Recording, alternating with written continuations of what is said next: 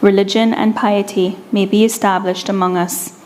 Especially we pray for the Governor of our islands, the Premier, the Speaker of the Parliament, the Leader of the Opposition, Ministers of the Cabinet, ex officio members, members of the Parliament, the Chief Justice, and members of the Judiciary, that we may be enabled faithfully to perform the responsible duties of our high office. All this we ask for thy name's great sake.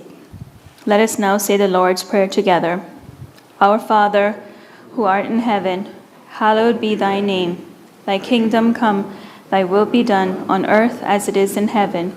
Give us this day our daily bread, and forgive us our trespasses, as we forgive those who trespass against us. Lead us not into temptation, but deliver us from evil. For thine is the kingdom, the power, and the glory, forever and ever. Amen. The Lord bless us and keep us. The Lord make his face shine upon us and be gracious unto us. The Lord lift up the light of his countenance upon us and give us peace, now and always. Amen.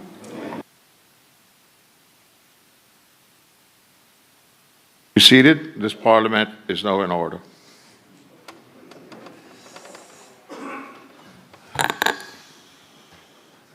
Administration of oaths or affirmations.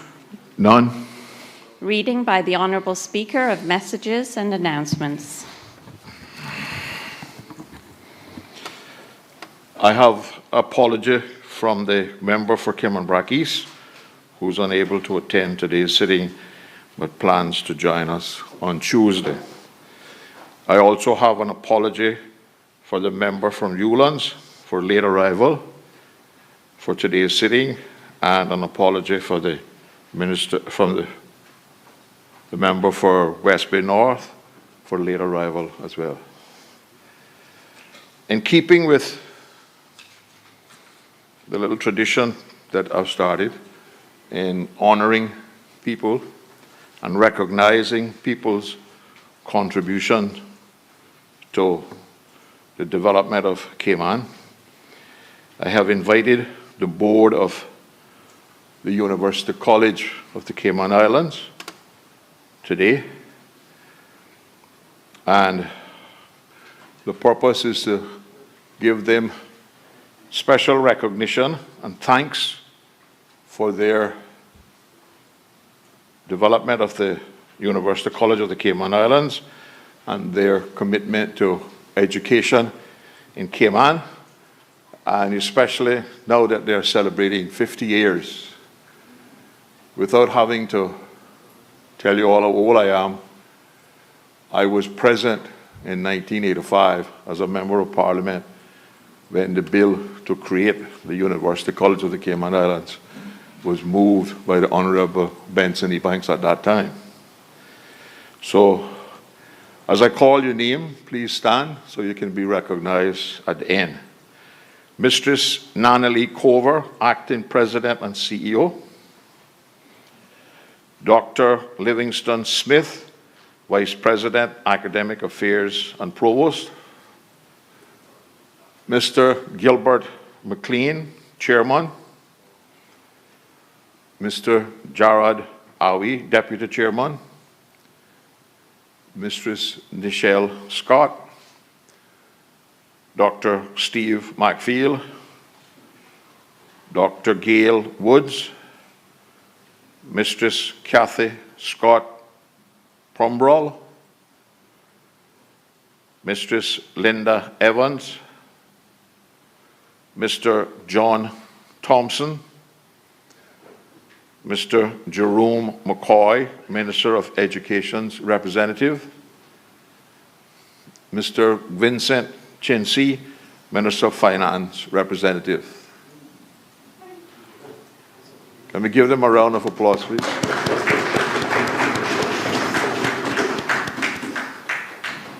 And I know that the Minister for Education is never at a loss of words, so while he's on his feet, I'll give him the opportunity to say a few words of thanks and congratulations to the board of UCCI. The Minister for Education. Mr. Speaker, we very rarely get a true moment that can be a light moment in this Parliament. But I sat down and I found a white rag at my desk, so I'm not sure if I'm supposed to throw in the proverbial white towel or not.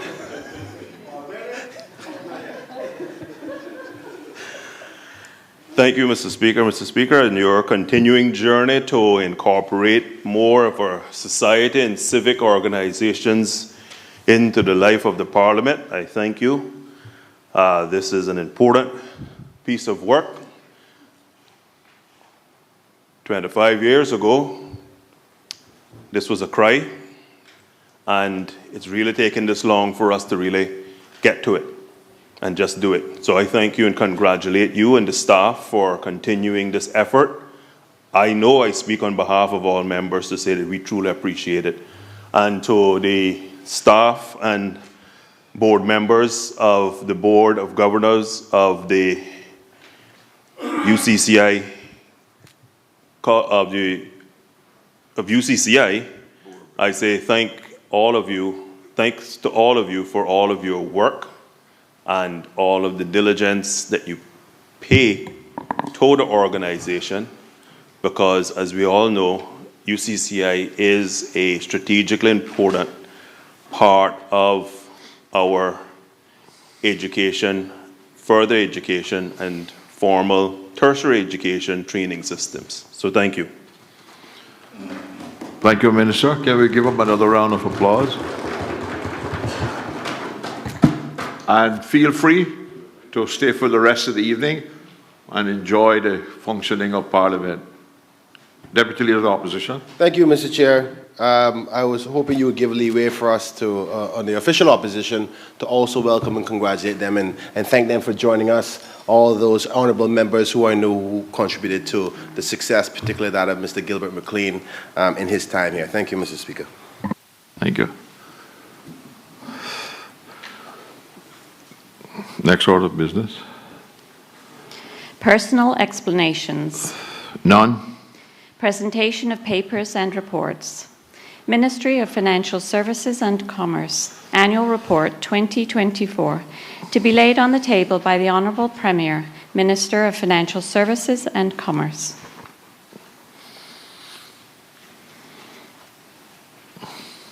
Minister of Premier, Minister of Financial Services and Commerce.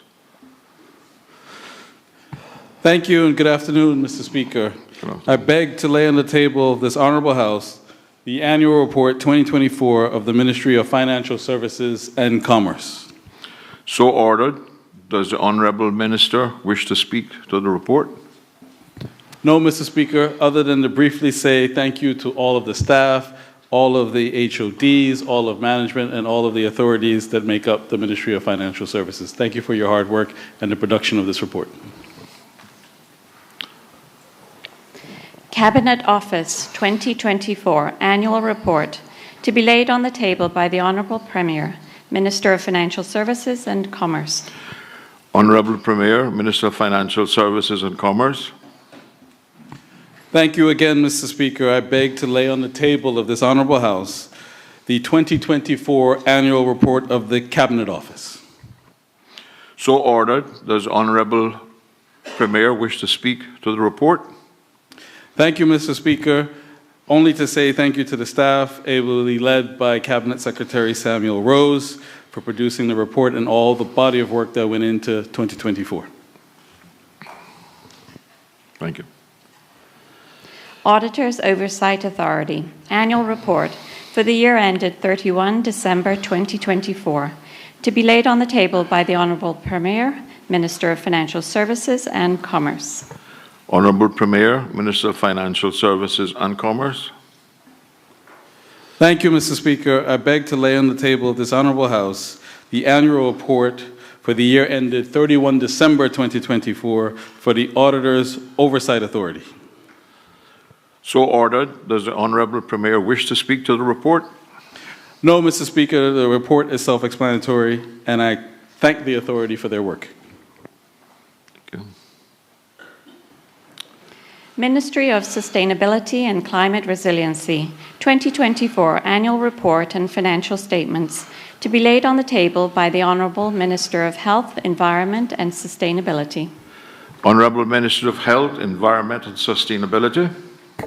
Mr. Speaker, thank you. I wish to lay the 2024 annual report for the Ministry of Sustainability and Climate Resiliency for the 2024 financial year. So ordered. Does the Honourable Minister wish to speak to the report? Yes, Mr. Speaker, I do. Thank you.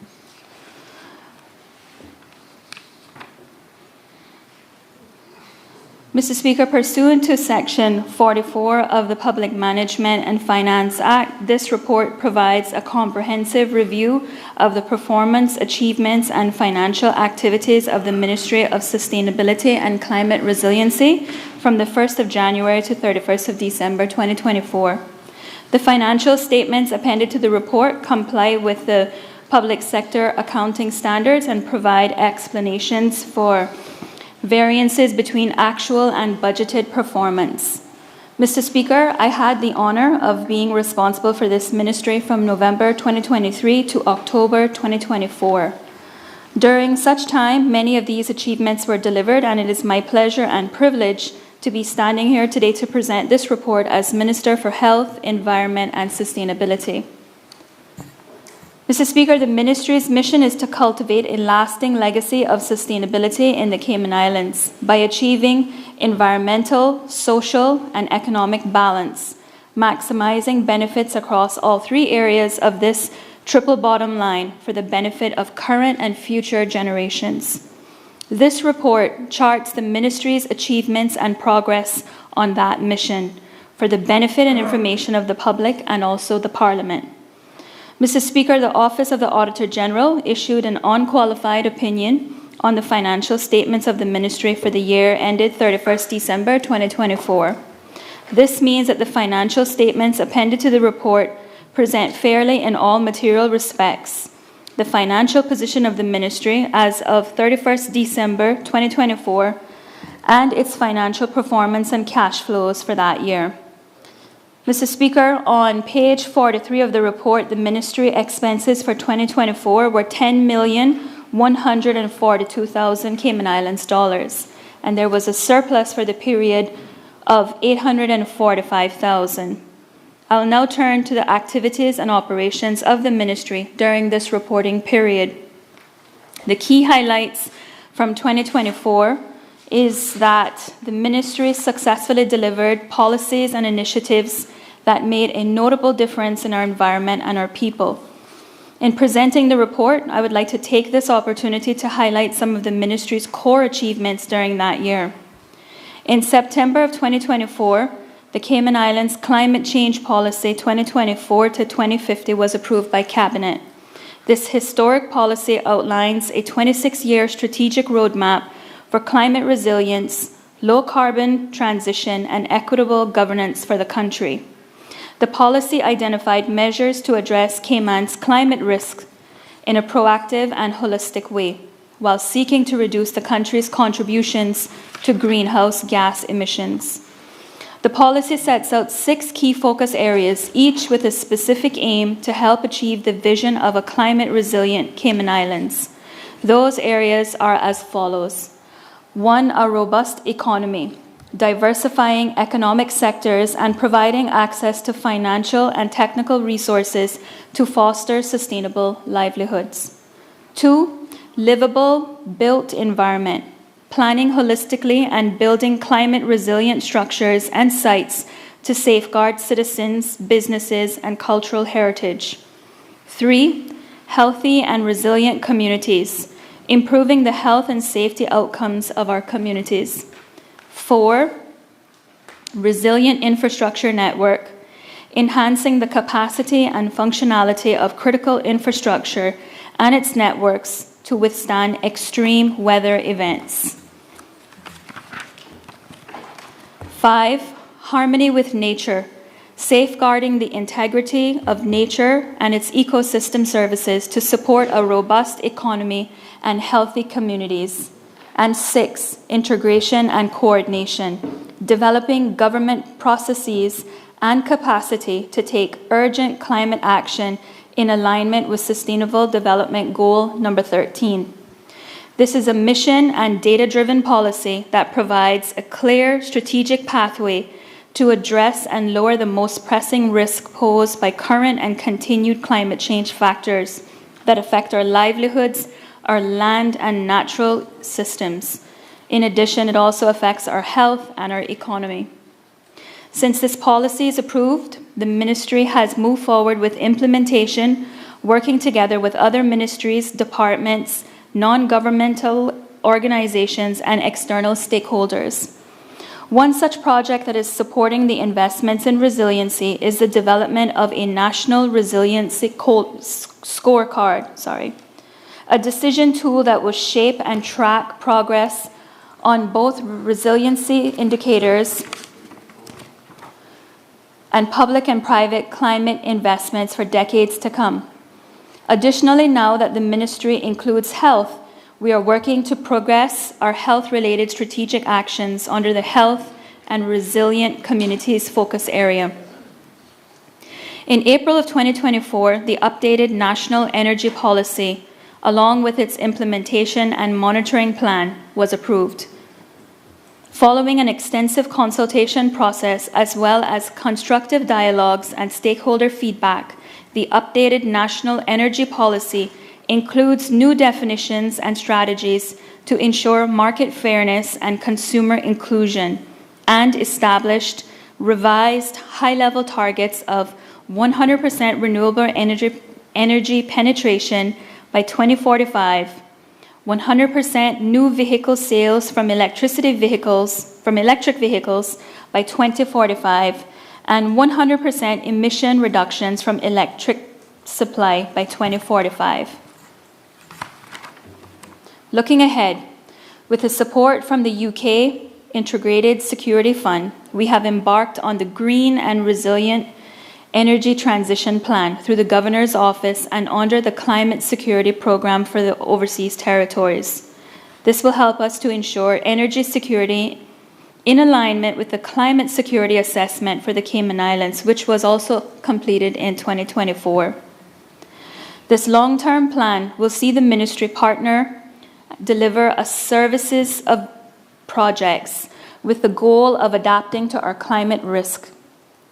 Mr. Speaker, these policies set out a path to real progress and innovation in how we adapt to a changing climate, access climate funding, manage our energy resources, and build environmental resilience into every aspect of society and government. Effective policies inform programs and projects that make a difference. And in 2024, the RESEMBID-funded Energy Efficiency Program concluded successfully. As part of that program, 10 National Housing Development Trust homes were retrofitted with energy-efficient insulation, solar panels, and appliances, with majority of homeowners recording significant reductions in their household energy consumption, which then impacted their utility bills. This program not only provided direct cost savings to participating households, but also armed these residents with practical, educational, and awareness of the benefits of energy-efficient habits and appliances. Phase 1 of CHAIR program, CHAIR stands for Cayman Home Energy Efficiency Retrofits, was completed with 12 homes retrofitted for energy-efficient appliances such as foam insulation, air conditioning, and LED lighting. The CHAIR program significantly targeted Caymanian homeowners with a total household income of less than $4,000 per month and living in homes that were no more than 2,500 square feet gross floor space. The initiative was developed in response to the implementation of Strategy 339 of the National Energy Policy, which refers to energy efficiency retrofits of existing buildings, and Phase 2 of this initiative currently being explored for future implementation. Engaging and educating the next generation about the environment is core to creating a climate-resilient future. With this in mind, the Ministry launched a Climate and Energy Social Media Challenge to increase public awareness of climate change issues in Cayman, particularly among youth. The campaign reached over 23,000 digital impressions and generated strong participation across all 3 islands. The National Tree Planting Program also connected with our young people, with 122 native and endemic trees planted across government schools and community spaces. Furthermore, in gender affairs, which was a part of the ministry during this period, the draft Anti-Sexual Harassment Bill 2024 was prepared, aimed to strengthening workplace protections and promote gender equity. This bill was subsequently passed earlier this year, introducing fines for sexual harassment, providing legal definitions for what constitutes sexual harassment, and allowing for a specialist tribunal to be set up.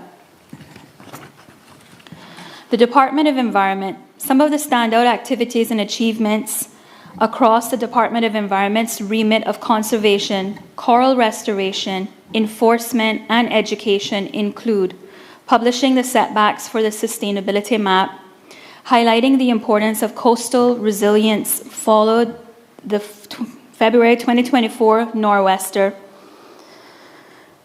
expanding the turtle-friendly lighting retrofit program to the sister islands, improving nesting conditions for marine turtles, also completing 871 consultations under Section 41 of the National Conservation Act, supporting informed development decisions, and then drafting and submitting conservation plans for nesting seabirds, the endemic and endangered Grand Cayman foxglove, and Cayman sage. I'm not going to try to use the scientific term.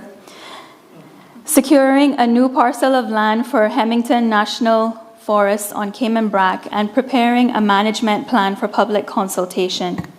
Achieving sustainable progress in feral cat population management on Little Cayman and Cayman Brac, as well as securing a second Darwin main grant in partnership with the Royal Society for the Protection of Birds and Wildlife.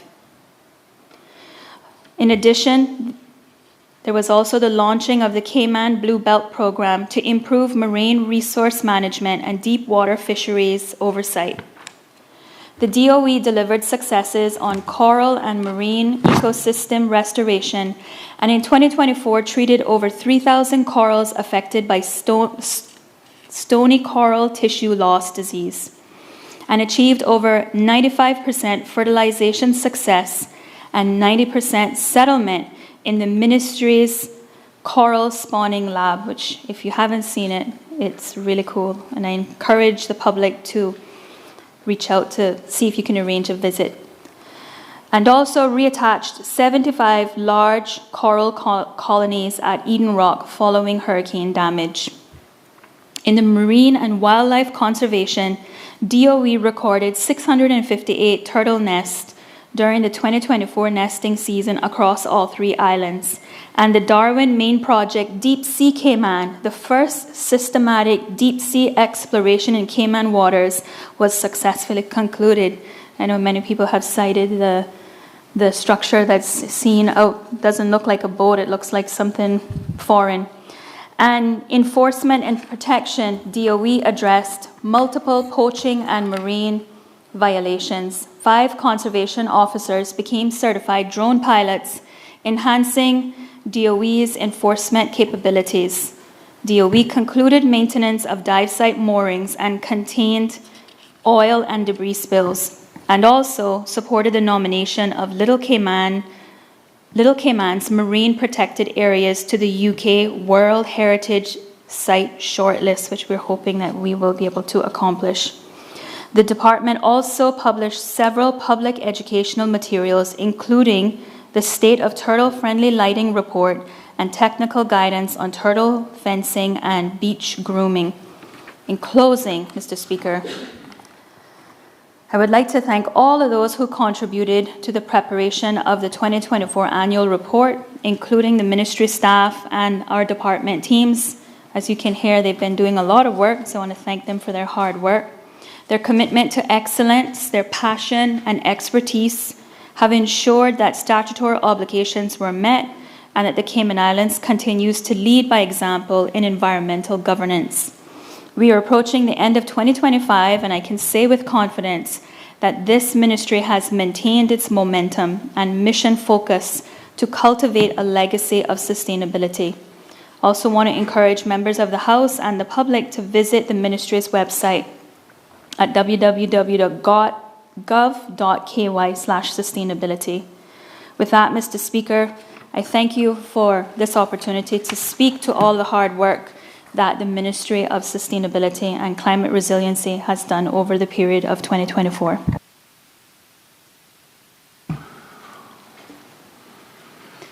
Annual Report 2024, National Drug Council, to be laid on the table by the Honourable Minister of Health, Environment and Sustainability.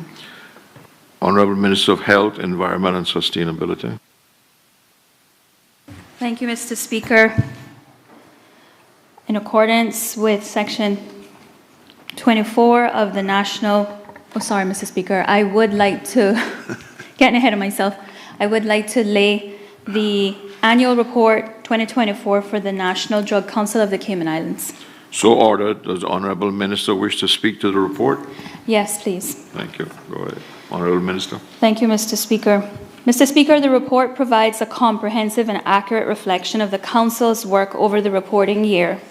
I wish to acknowledge the commitment and professionalism of the lean team of the employees who were supported by a board of volunteers, which include private citizens and ex officio public servants. They continue to deliver essential services with limited resources.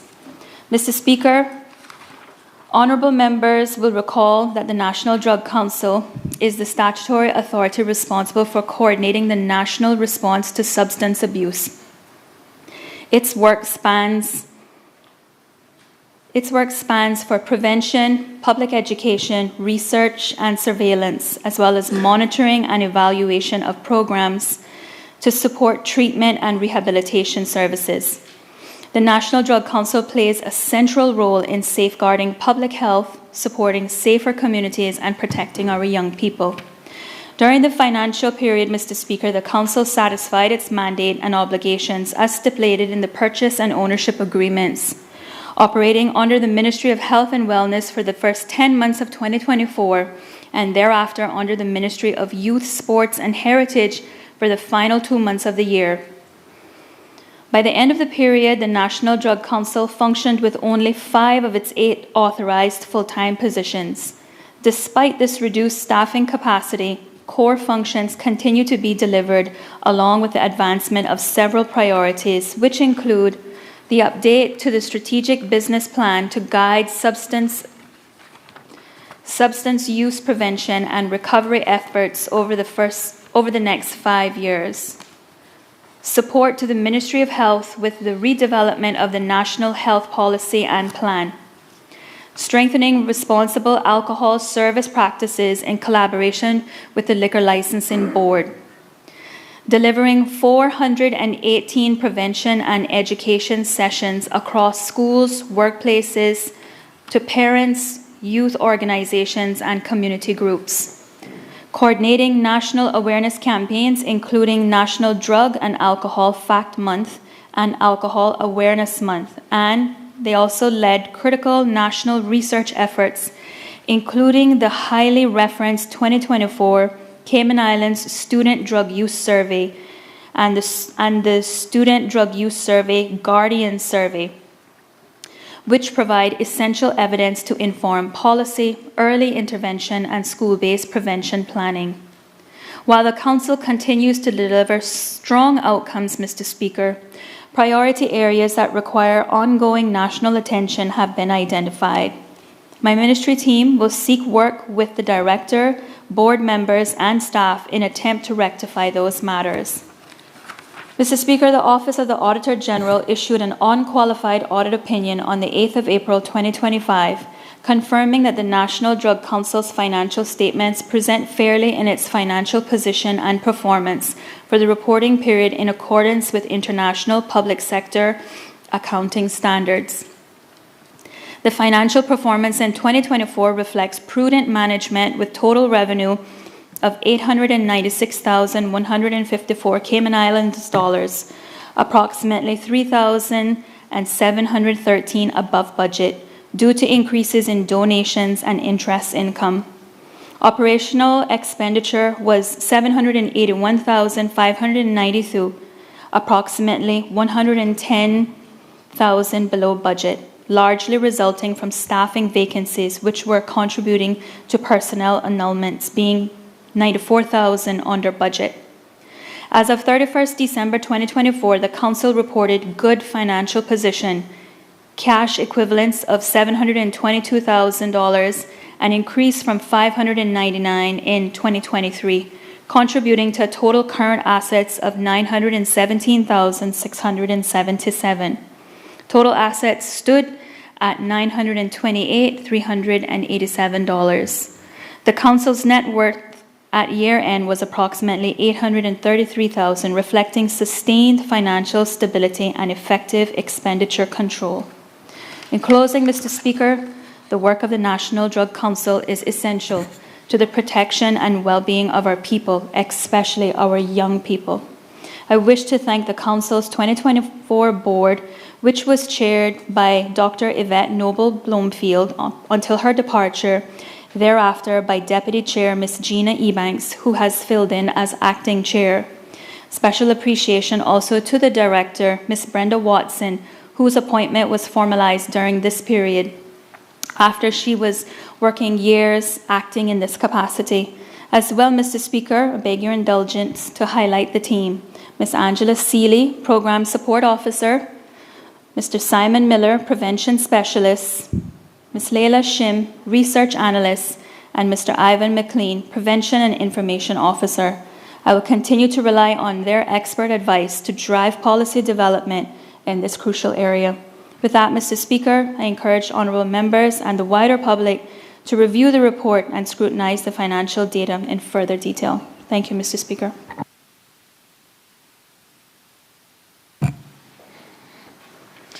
National Conservation Council Annual Report 2024, to be laid on the table by the Honourable Minister of Health, Environment and Sustainability. Honourable Minister of Health, Environment and Sustainability. Thank you, Mr. Speaker. Mr. Speaker, I wish to lay the National Conservation Council's Annual Report for 2024. So ordered. Does the Honourable Minister wish to speak to the report? Yes, Mr. Speaker. Thank you.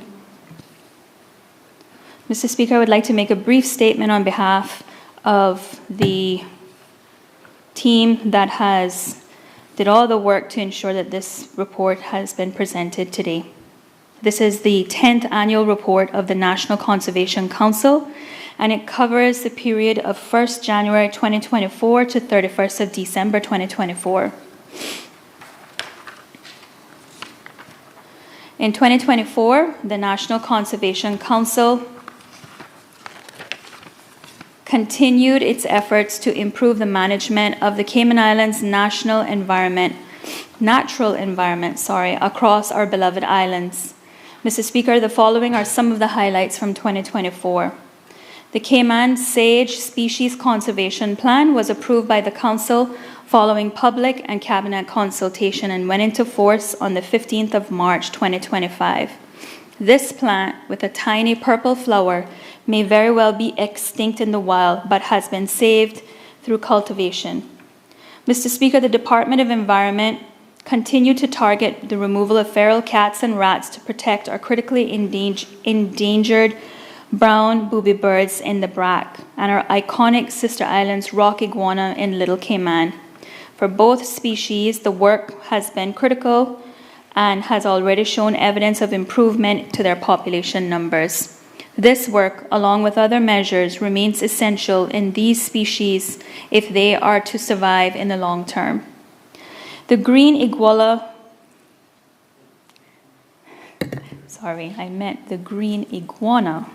culling program also continued through 2024 with data showing that green iguanas, unfortunately, are back on the rise in Grand Cayman. I'm pleased to share that the request for proposal to procure project management services to continue this important program is currently live on Bonfire Cayman, the government's procurement portal. The culling program has removed 1.6 million invasive and harmful green iguanas from Grand Cayman and can be considered one of the most successful invasive reptile removal efforts in the world. Although numbers have been severely depleted, it is clear that culling efforts must still continue.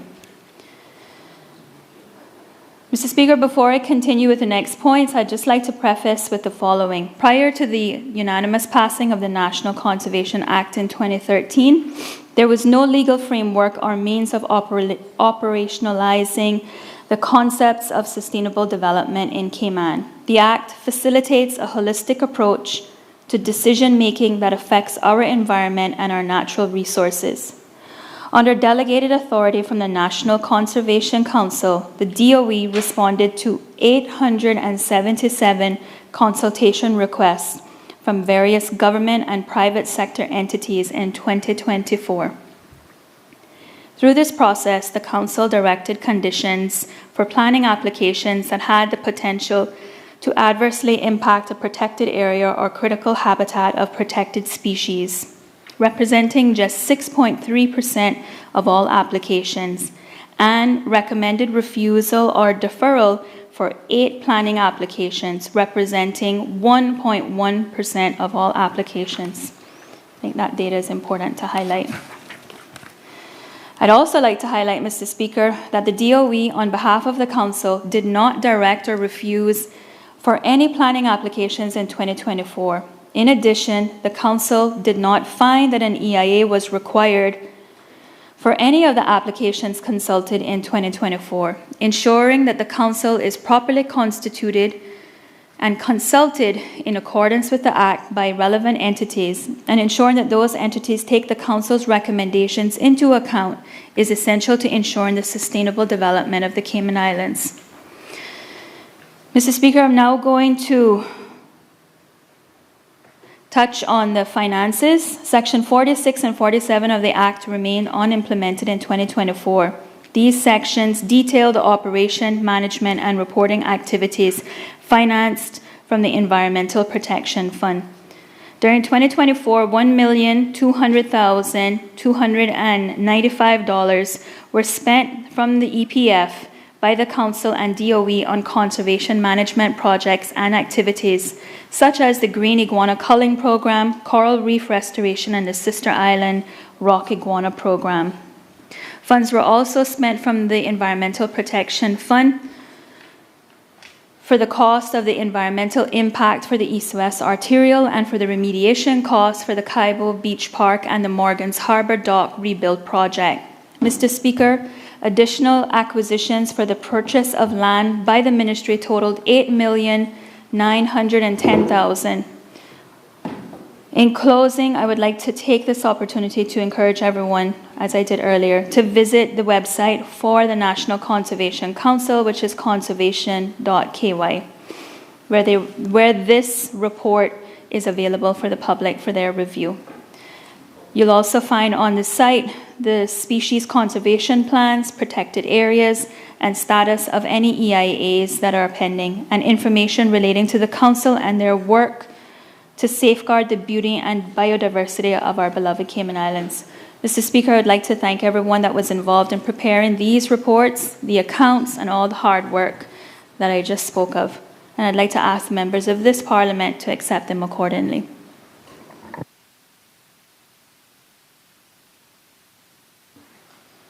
Commonwealth Parliamentary Association, Cayman Islands Branch, 47th Regional CPA-CAA Report, September 5th through 13th, 2025, Bahamas.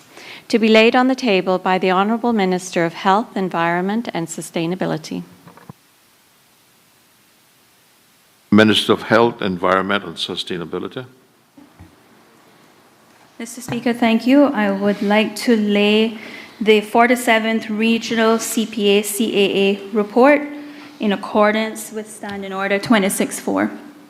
So ordered. Does the Honourable Minister wish to speak to the report? Briefly, Mr. Speaker, I have the privilege to lay this report as I was the lead, No, Mr. Speaker was the head of delegation. Mr. Speaker was the head of delegation, but because he's Speaker, I am tabling this as one of the delegates. Mr. Speaker, as you know, this was a very successful conference, and I attended along with yourself and with the Honourable Deputy Speaker, member for Georgetown West, and also member for, I always mix the two up, Savannah, member for Red Bay, as well as our assistant clerk.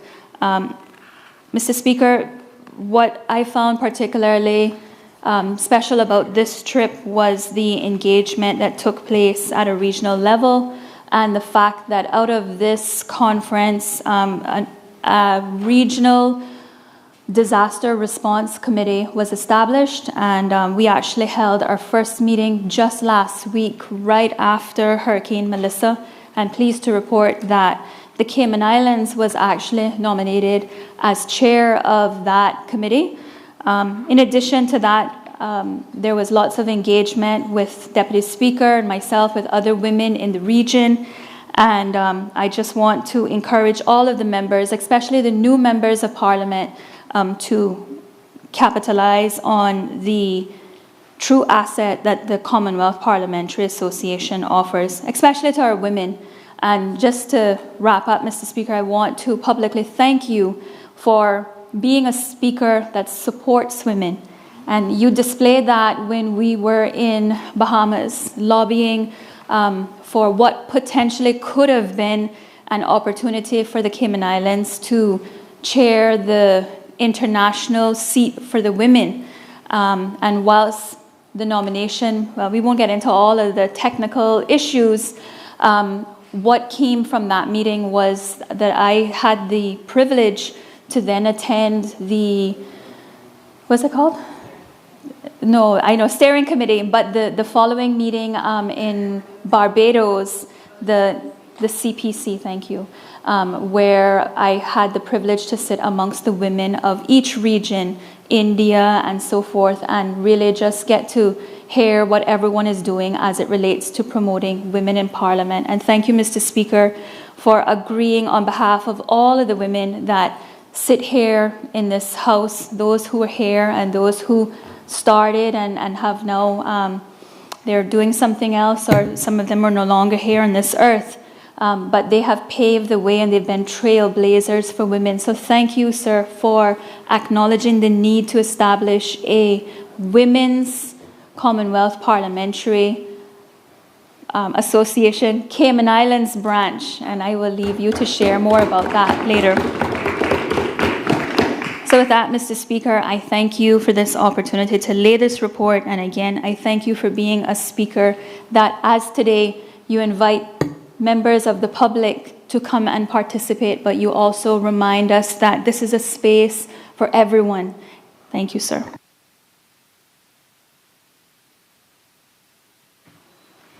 Cayman Islands Development Bank Annual Report for the year ended December 31, 2024, to be laid on the table by the Honourable Minister of Finance and Economic Development and Education and Training. Minister of Finance and Development, Education and Training. Thank you, Mr. Speaker. Mr. Speaker, I beg to lay on the table of this Honourable House the annual report of the Cayman Islands Development Bank for the year ended December 31st, 2024. So ordered. Does the Honourable Minister wish to speak to the report? Mr. Speaker, the report is self-explanatory in the mean. However, there's a couple of just very quick housekeeping points that I think ought to be read into the record. That is, the institution received an unqualified or clean audit report. The institution relies solely on the Cayman Islands government for financial support. The institution's loan portfolio has a delinquency rate of some 13% in 2024. That was down from 18% in 2023 and 26% in 2022. By any measure, that is unusually an unacceptably high rate of delinquent loans. Mr. Speaker, the institution has continued to move forward with what has become, for quite a long period of time, a very limited mandate. And there are a number of loan disbursements that have been made over the last few years, but those again have been in limited form and quantums due to limited resources allocated on an annual basis by CIG. Mr. Speaker, it also does administer the government's guaranteed loan and scholarship program, which attracts some $0.605 or $605,000 in service revenues. Mr. Speaker, I lay this report and I thank the CIDB and the Board of Directors.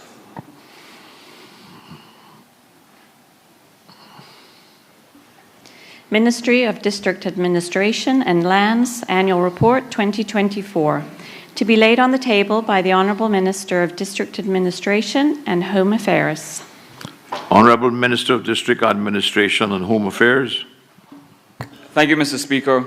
Mr. Speaker, I beg to lay on the table of this Honourable House the Ministry of District Administration and Lands Annual Report 2024. So ordered. Does the Honourable Minister wish to speak to the report? Very briefly, Mr. Speaker, just to express my thanks to all of the team in the ministry, the former ministry and all of the departments under it. But it would be remiss of me, Mr. Speaker, not to recognize and express special thanks to three individuals who, for the entire 2021-2025 term, stood up and rose to the occasion to lead this ministry.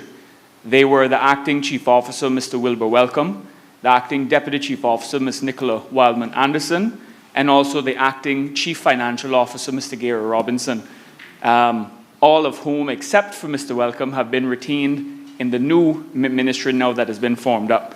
Mr. Welcome has gone on in a well-deserved position as the Director for the Department of Agriculture. So to those three individuals, to him especially, I do express my thanks and best wishes to them all. Thank you, Mr. Speaker. Thank you. Sister Islands Affordable Housing Development Corporation Annual Report 2024, to be laid on the table by the Honourable Minister of District Administration and Home Affairs. Honourable Minister of District Administration and Home Affairs. Thank you, Mr. Speaker. Mr. Speaker, I beg to lay on the table of this Honourable House the Sister Islands Affordable Housing Development Corporation Annual Report 2024. So ordered. Does the Honourable Minister wish to speak to the report? Very briefly, once again, Mr. Speaker, just to say thank you to the board of the corporation, who, for all intents and purposes, and true likeness of the word, are volunteers on this board. So I think it's one of the few boards in this country that are not remunerated, but they continue to do good work for the people of the Sister Islands. We currently have 4 houses under construction in Kimmonbrack, and I'm looking forward to continue working with the corporation, the board, and the staff to progress affordable housing and affordable living options for all people in the Sister Islands. Thank you, Mr. Speaker. Office of the Commissioner of Police 2023 Annual Report, to be laid on the table by the Honourable Deputy Governor, ex officio member responsible for the portfolio of the Civil Service. Honourable Deputy Governor, ex officio member responsible for the portfolio of the Civil Service. Good afternoon, Mr. Speaker. I beg to lay on the table of this Honourable Parliament the annual report of the Office of the Commissioner of Police representing the year 2023. So ordered. Does the Honourable Member wish to speak to the report? Mr. Speaker, just briefly, I'm going to speak more about the excellent work of the RCIP during my budget contribution, but I thought I would just highlight some of the figures, Mr. Speaker, that is in the 2023 report, and to advise the Parliament that the 2024 report should be tabled shortly.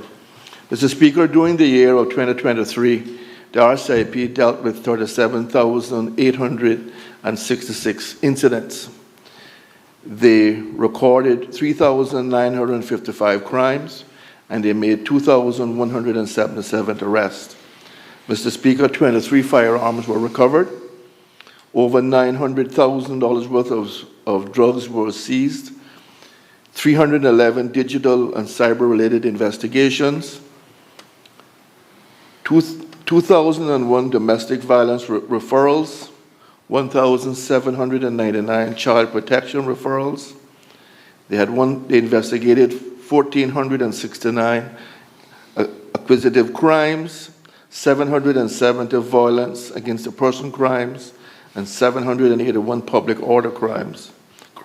Mr. Speaker, 423 persons were injured in motor vehicle accidents, which is staggering.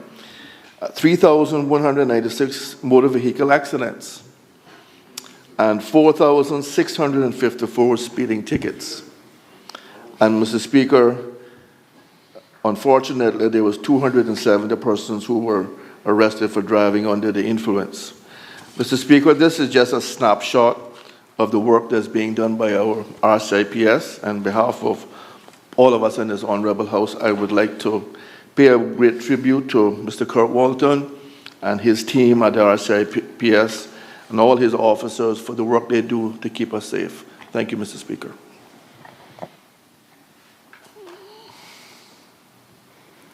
(2024) Annual Report, Office of the Director of Public Prosecutions, to be laid on the table by the Honourable Attorney General, ex officio member responsible for the portfolio of legal affairs.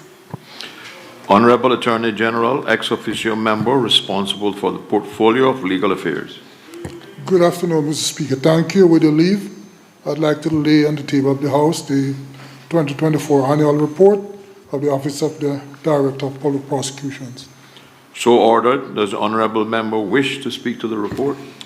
Mr. Speaker, no. The report itself is self-explanatory. It deals with matters such as the Director's overview, a mission statement, the role and function of the Office of the DPP, the human resource complement, the training and education, continuing education, as well as FOI, international matters and financial crime, witness protection, among other things, Mr. Speaker. I certainly commend the report to honorable members of this House and the public, and would like to thank the DPP and the staff for the usual hard work and professionalism. I thank you, sir.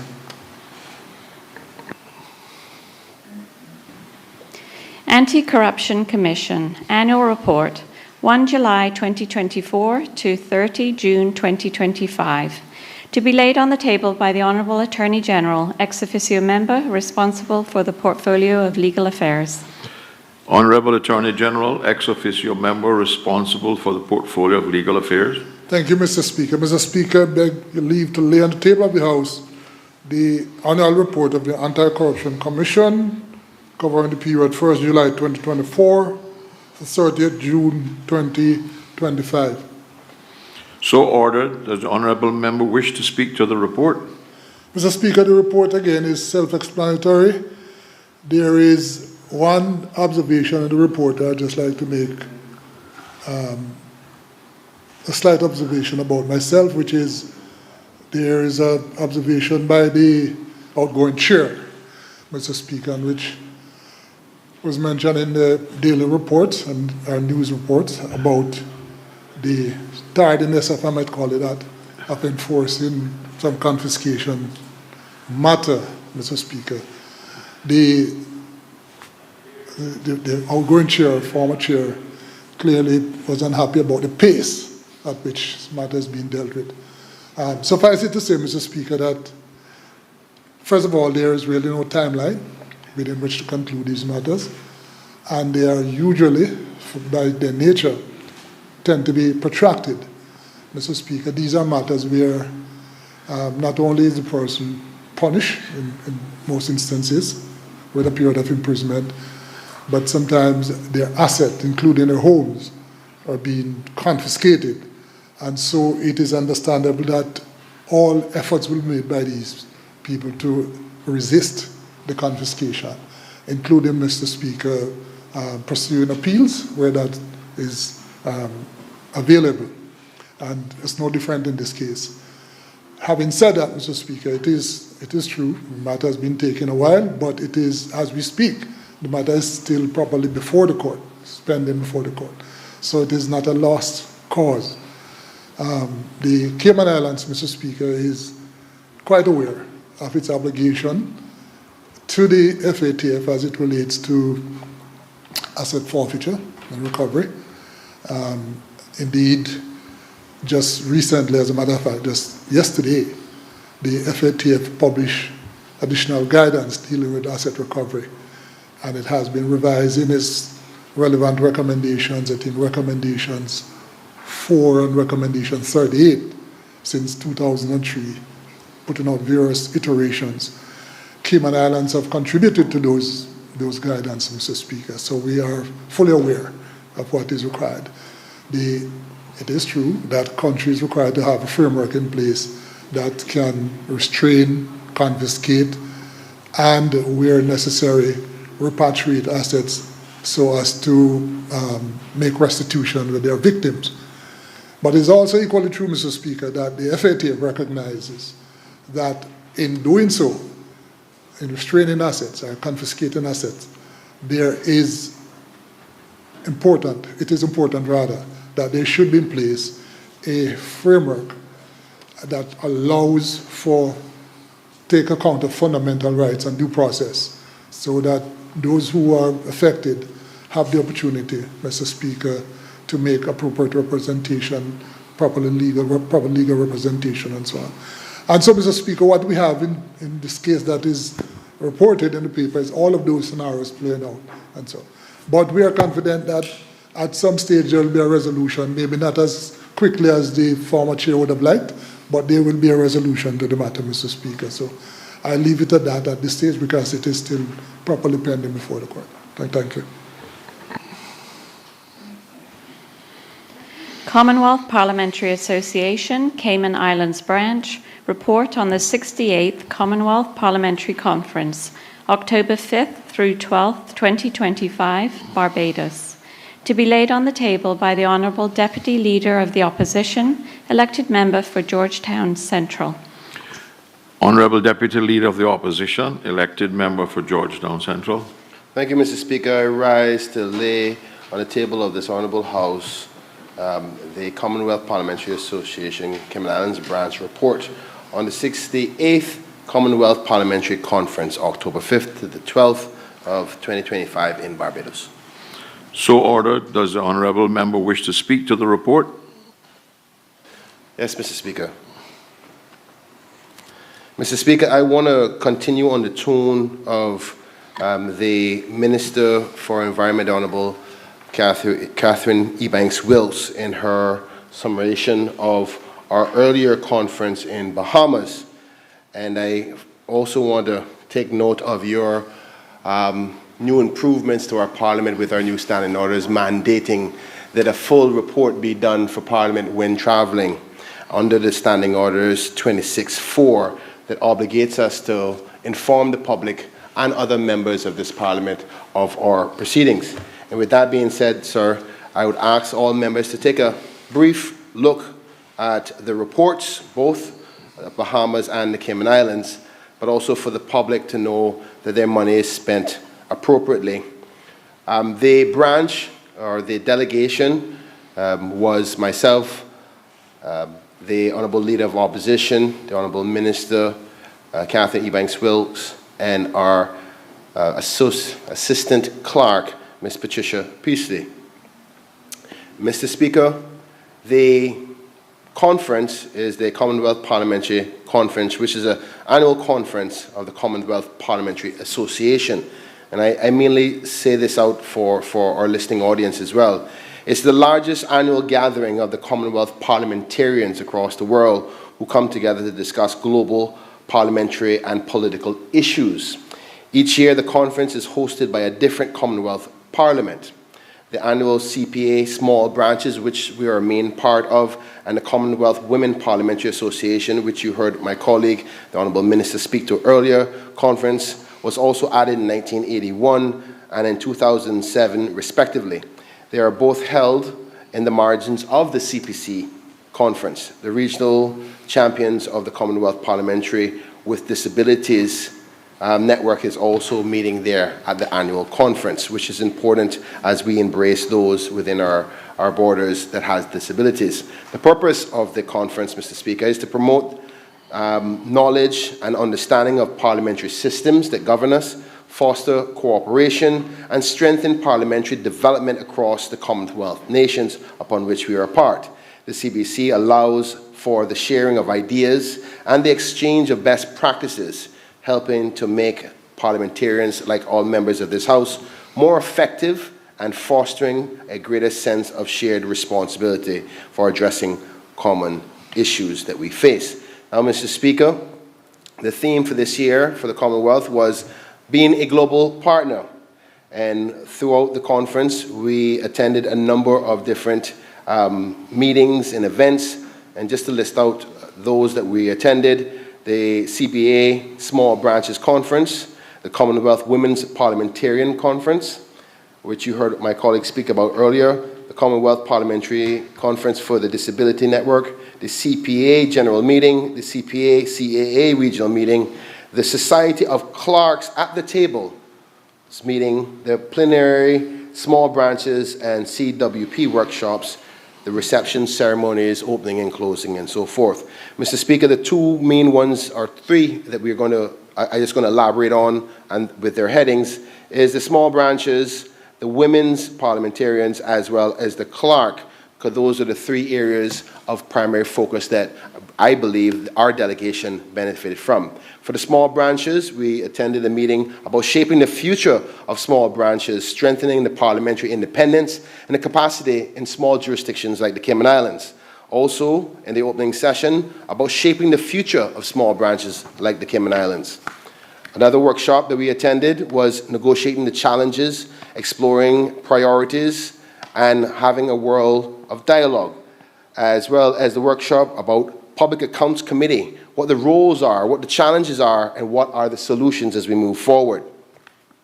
The next workshop we also attended was the work-life balance and the mental health of our parliamentarians amongst the Commonwealth Parliamentary Association small branches.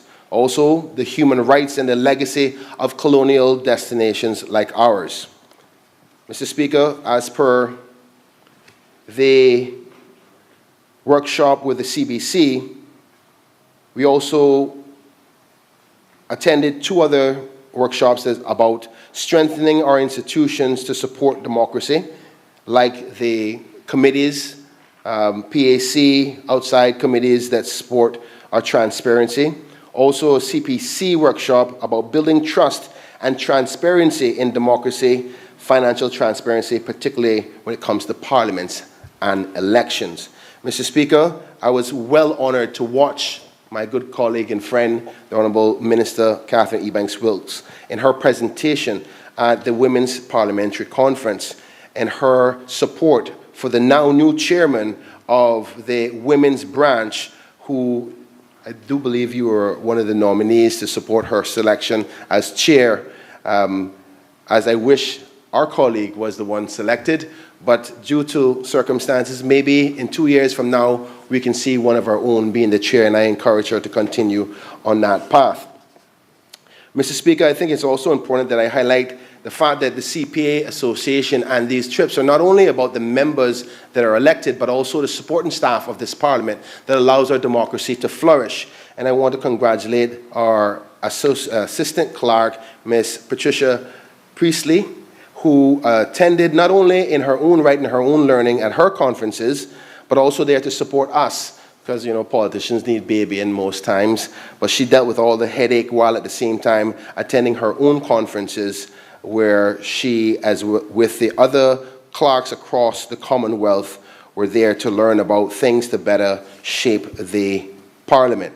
Mr. Speaker, I think my honourable leader, the Honourable Joseph Hughes, summed it up best, and I want to take this opportunity to thank him, as he would be the most senior person at the time we made the reservation to be the delegate, but in a spirit of succession planning and giving everybody an opportunity and all those other factors, he allowed me to be the head of the delegation. I want to thank him for that opportunity now.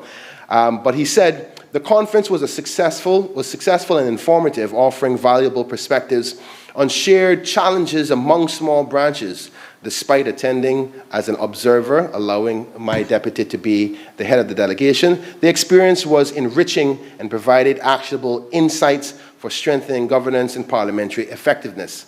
He also concluded and said that in conclusion of the 68th CPC, highlighted the importance of collaboration among small Commonwealth branches in strengthening the democratic governance and transparency of our jurisdictions.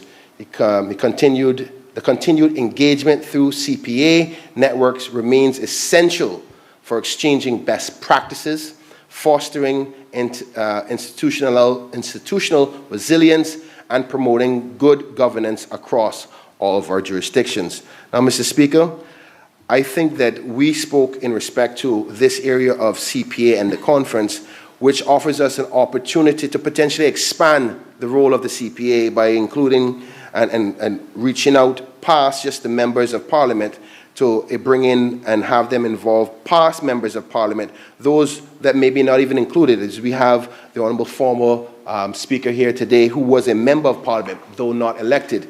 We should embrace this spirit of continued learning and advancements and amendments to our democracy, and I say we should not limit it only to those who are here today. Mr. Speaker, with that being said, I appreciate the opportunity to present this report, and I ask the listening public to take a look at this report to see that your Parliament continues to develop and foster in the right direction. Thank you, Mr. Speaker.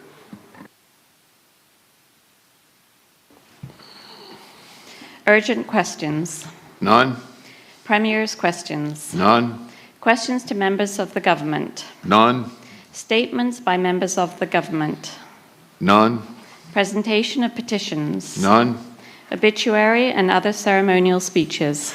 I have received notice from two ministers who wish to recognize two persons. I now call on the Minister of Planning.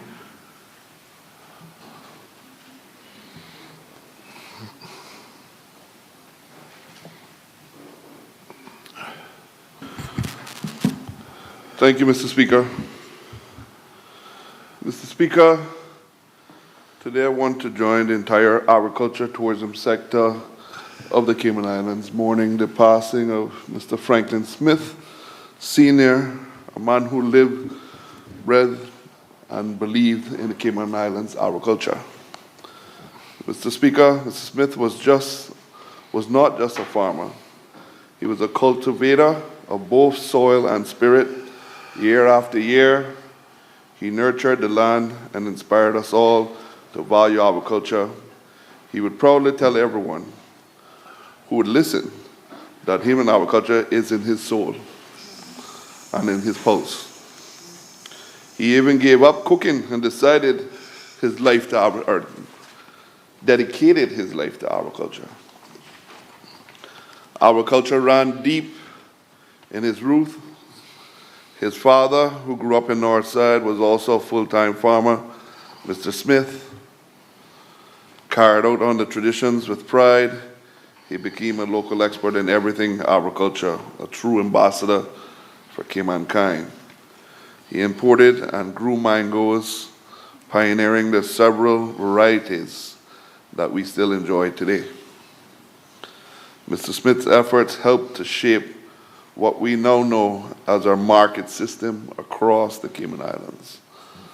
Mr. Speaker, when it came to marketing, no one did it quite like Mr. Franklin Smith, Sr. He sold mangoes at the public beach, but it wasn't just selling, it was a show. He would cut the mangoes, twist it, pop it, and take the seed out, and serve it to the perfect mangoes, turning it into a story and a cultural experience at the same time. That was Mr. Franklin Smith. Now, Mr. Speaker, anyone who knew Mr. Franklin will tell you, always knew where Mr. Franklin stood. He was a very man with strong will and not afraid to say exactly what he thought. But that was part of his honesty, his passion, and his love for what he believed in. Even if you didn't always agree and with him, because he stood firm in his convictions. Almost like yourself, Mr. Speaker, I believe that your same way must be growing in the North Side men. Mr. Franklin influence reached every district. When he moved to East End, he worked with locals to farm the land, helping transform the areas into one of the most productive agriculture zones on the island today. Back in 2009, Mr. Smith was planting 10,000 holes of sweet potatoes in the Cayman Islands. 10,000. His passion and drive, but even as far back as 1980s, he was ahead of his time using the irrigation system from Israel. In many ways, he helped to lay the foundation for what we now know as the Cayman Islands agriculture lease land policy. Long before it ever existed on paper, he was a man ahead of his time, creating what he could call a farming community. A cluster driven by his vision of food security and Caymanian owning their land. Mr. Speaker, I could go on with so many success stories because of innovation wasn't new to him. It was part of who he was. As I stand here today reflecting on a well-lived life, I'm happy to note that we laid our flowers while he was alive. Mr. Franklin Smith Sr. received the Pioneer Award for Agriculture at the National Heroes Day on January 2016, a well-deserving award. Mr. Speaker, some people live quietly, others, like Mr. Franklin Smith, live boldly. Taking the bull by the horns and standing firm for what they believe in, he lived a life of convictions, fairness, and purposes. He lived a full life.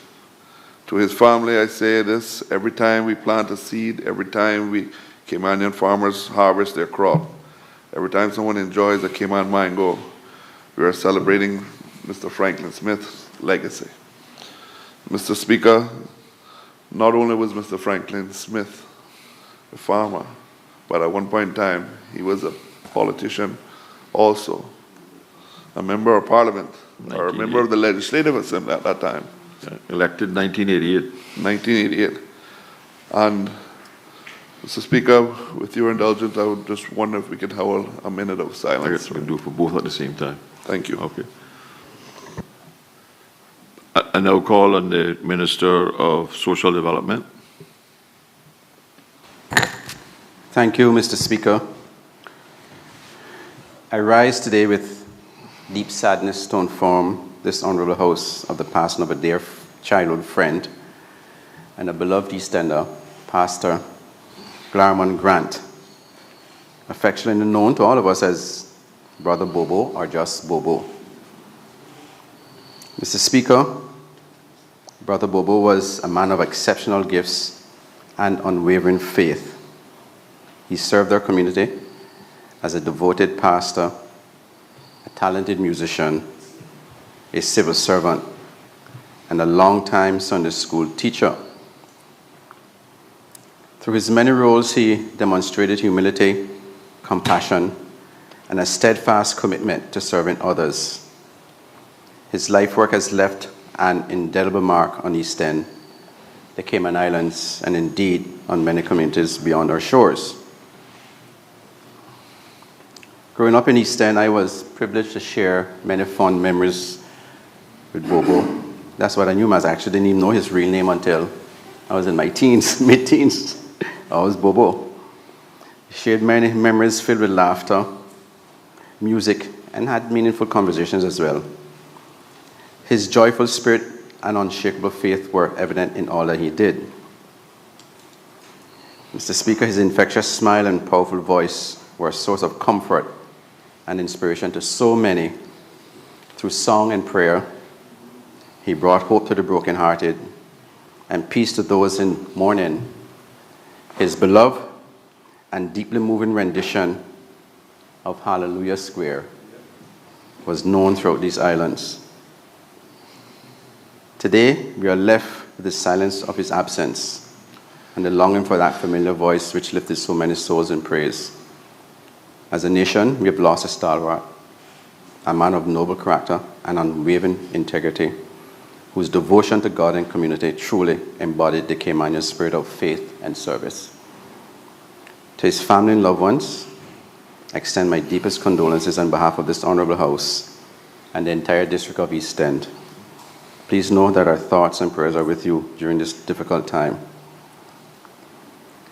Brother Bobo's legacy will live on in the hearts he touched, the faith he strengthened, and the songs that will continue to echo through our churches and communities. May his soul rest in eternal peace.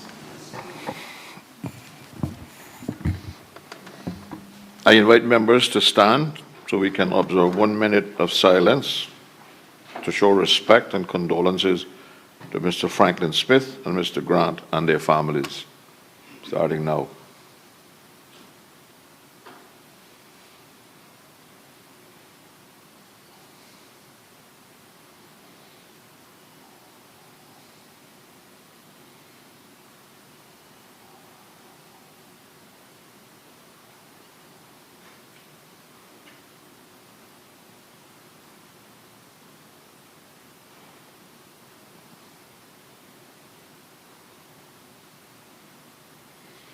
Thank you all very much. Mr. Minister, I thought you were going to give us a rendition of Hallelujah Square.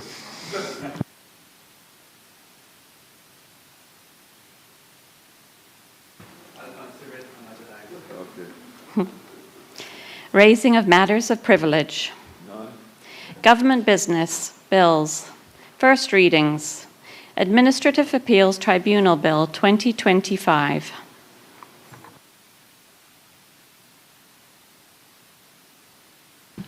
The bill is deemed to have been set down, been read a first time and is set down for second reading. Beneficial Ownership Transparency Amendment Number 2, Bill 2025. The bill is deemed to have been read a first time and is set down for second reading. Second readings. Administrative Appeals Tribunal Bill 2025. Honourable Member responsible for legal affairs. Thank you, Mr. Speaker. Mr. Speaker, I beg to move a motion to defer the second reading of the Administrative Appeals Tribunal Bill 2025 to a later sitting, Mr. Speaker, later in the sitting. Let me just get that correct, a later sitting. Mr. Speaker, I gather colleagues might want some additional time to look at this bill, and the Honourable Premier has agreed that the bill should be deferred to allow additional consultation with friends on the opposite side. And of course, we are quite amenable to that. So we'll move the motion for it to be deferred. Is it being deferred to another sitting of this meeting or to the next meeting? Okay, to another sitting of this meeting. Yes, thank you. Okay. The motion is that the Administrative Appeals Tribunal Bill 2025 be deferred to another sitting of this meeting. All those in favor? Aye. Those against? The ayes have it. The bill, Administrative Appeals Tribunal Bill 2025, is deferred.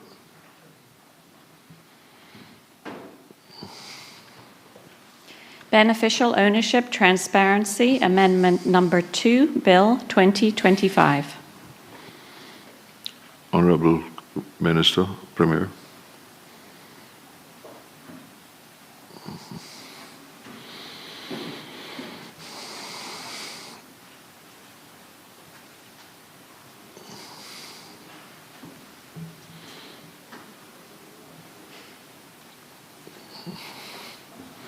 Thank you, Mr. Speaker.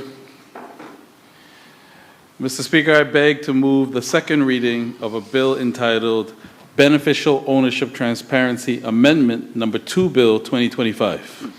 The bill has been duly moved. Does the Minister wish to speak to the bill?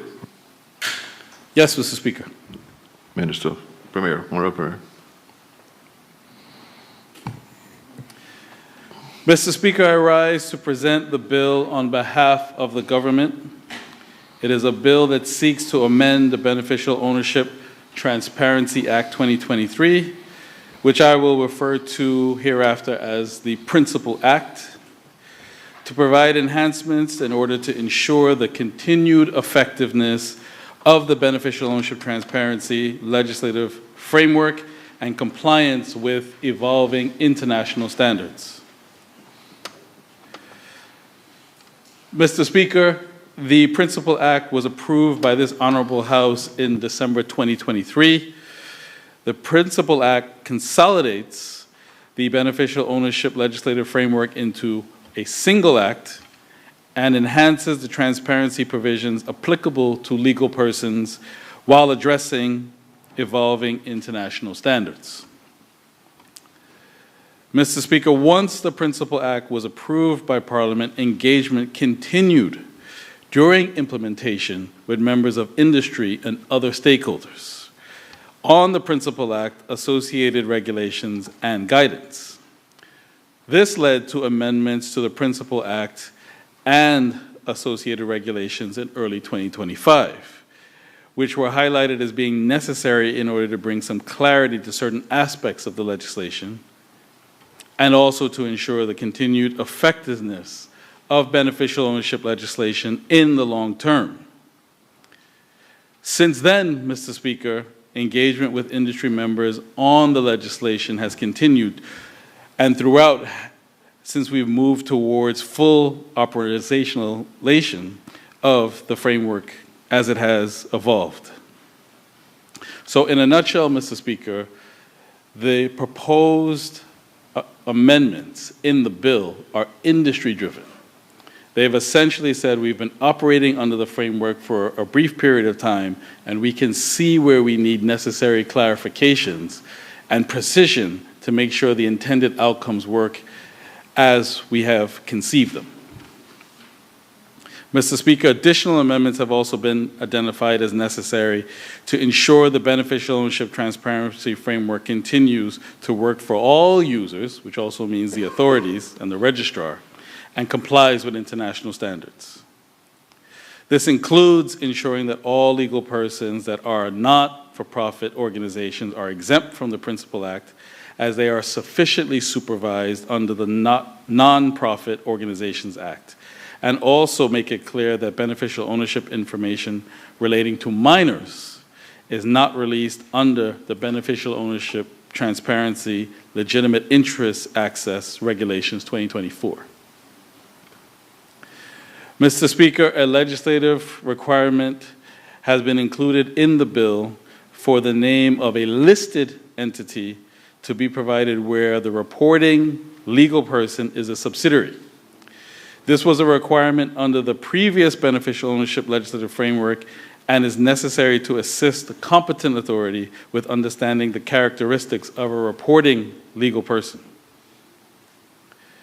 Also in the bill, Mr. Speaker, a number of amendments that provide precision to certain provisions include an amendment to Section 13 of the Principal Act to make it abundantly clear that the information on beneficial ownership registers and the information deposited to a competent authority shall be adequate, accurate, and current in line with international standards. That's the exact lingo from FATF standards. Additionally, Mr. Speaker, clarity is also brought to Sections 14 and 19 of the Principal Act, with respect to how notices and restriction notices are to be issued to ensure compliance with obligations and the steps involved thereto. Mr. Speaker, at Section 22 of the Principal Act, amendments have been made to the power in the legislation for competent authorities to provide beneficial ownership information with a foreign competent authority. This power was introduced following engagement with the UK and other foreign partners, where greater emphasis was being placed on providing beneficial ownership with overseas authorities, and following the introduction of beneficial ownership, transparency, legitimate interest access regulations, where a number of requests were received under that framework for competent authorities. So to freeze frame there for a moment, Mr. Speaker, the providing of information to foreign competent authorities, AML, law enforcement, tax, is not new and has been part of Cayman's regulatory framework for years. And this is the current difference in position that the Cayman Islands has with the UK. We see that as appropriate sharing of information where there's suspicion of bad actors or illicit activity, not for general public consumption for any reason whatsoever. So this just continues our existing framework and our original and continued stance on the matter. Mr. Speaker, the last amendment in the bill brings clearness to the administrative fine provisions in the Principal Act at Sections 26 and 29. The $5,000 administrative fine penalty stated within the Principal Act is a maximum fine, with an amendment to be made to allow the registrar to gazette rules that provide for the matters that are to be taken into account in determining the administrative fine and for aggravating and mitigating factors. Thank you, Sarge, for the entertainment. Make sure the members are still awake. To get back to the point, Mr. Speaker, the point of this clarification is to signal to all public, and particularly the users of the framework, that the fine is up to $5,000, because there are different types of breaches. It could be innocent, inadvertent, could be a technological difficulty, and that might attract a lower fine, whereas if it's just complete non-compliance, it may attract the maximum, but it's not flat across the board of all breaches. So in summary, Mr. Speaker, the bill is arranged into 9 clauses. Clause 1 provides the short title of the legislation. Clause 2 amends Section 10 of the Principal Act to provide that a legal person may be exempt from the provisions of the Act if the legal person is designated as a company to which Section 80 of the Companies Act applies, or if the legal person is registered in accordance with Section 7 of the Non-Profit Organizations Act. Clause 3 amends Section 12 of the Principal Act to provide that where a legal person is a subsidiary of a listed entity, for the purposes of providing the competent authority with written confirmation of the legal person's category, in addition to providing the name and the jurisdiction of the stock exchange, the legal person shall also provide the name of the listed entity. The clause also amends Section 12 of the Principal Act to provide an additional required particular in respect of an individual under Section 2, subsection 2 of the Principal Act. It is proposed that such individual shall also include the nature in which the individual owns or exercises control of the legal person. Clause 4 amends Section 13 of the Principal Act to provide that the beneficial ownership register that is established and maintained by an ordinary resident company that does not engage a corporate services provider shall contain adequate, accurate, and current beneficial ownership information. The clause also amends Section 13 of the Principal Act to provide that beneficial ownership information that is regularly deposited by the corporate service provider shall be adequate, accurate, and current. Clause 5 amends Section 14 of the Principal Act to provide that a legal person is not required to give notice to a registrable beneficial owner requesting confirmation of a relevant change if the legal person has already been informed of the relevant change and has received the required particulars. Clause 6 amends Section 19 of the Principal Act to, among other things, provide clarity regarding the process by which restriction notices are issued. The amendment provides that the corporate services provider shall send a restrictions notice to a legal person concerning a relevant interest in that legal person if, by the end of 30 days after the receipt of a notice is issued to a legal person under Section 18, subsection 1. And the requirements are set out there too. In relation to Clause 7, this amends Section 22 of the Principal Act to provide, among other things, that the competent authority in respect of the beneficial ownership register of a legal person may provide information to a foreign beneficial ownership authority that exercises similar functions and has similar responsibilities with respect to beneficial ownership as a local competent authority. The foreign authority with designated responsibility for combating money laundering or terrorist financing following consultation with relevant bodies, which are set out in Section 22, subsection 2A, B, C, D, E, F, G, H, I, or J, I of the Principal Act. And C, a government or government department or public authority of a country or territory or part of a country or territory in accordance with the legislation, where the information being sought in the context of a potential or actual business relationship or transaction that with the legal person about whom the information is sought. The clause also amends Section 22 of the Principal Act to provide the details that members of the public may access in relation to different categories of individuals, namely individuals in Section 2, subsection 2 of the Principal Act, and individuals other than those referred to in the same section of the Act, except where such an individual is a minor. Clause 8 amends Section 26 of the Principal Act by repealing subsections 2 and 3 and substituting a proposed new subsections 2 and 3, and also a new 3A.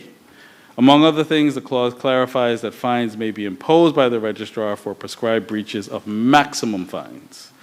The proposed new subsection 3A provides that in determining the amount of an administrative fine to be imposed, the registrar shall take into account the rules referred to in Section 29. And then Clause 9 amends Section 29 of the Principal Act. As a consequence of the amendment to Section 26 of the Principal Act, the clause stipulates that rules may be made by the registrar to provide for taking matters into account, making an initial assessment on the amount of an administrative fine, and aggravating or mitigating factors that are to be taken into account in making a final assessment of the amount of an administrative fine to be imposed. Mr. Speaker, this concludes my presentation of the bill. In closing, I wish to thank my ministry staff and the Legislative Drafting Department for their efforts with respect to development of the bill.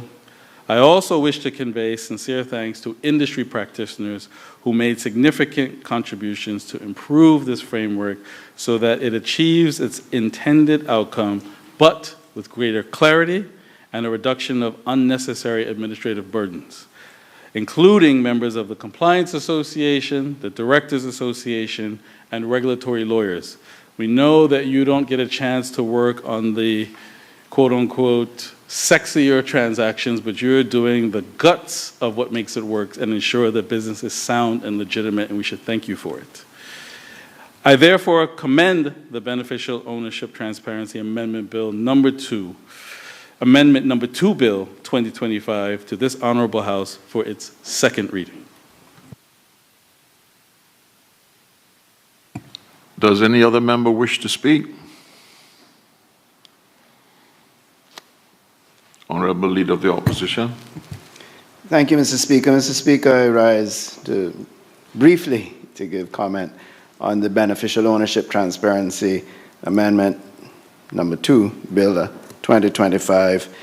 Just to say that I did have a conversation with the Honorable Premier and accept and recognize that these amendments have been driven by the industry and is really a tidying up exercise for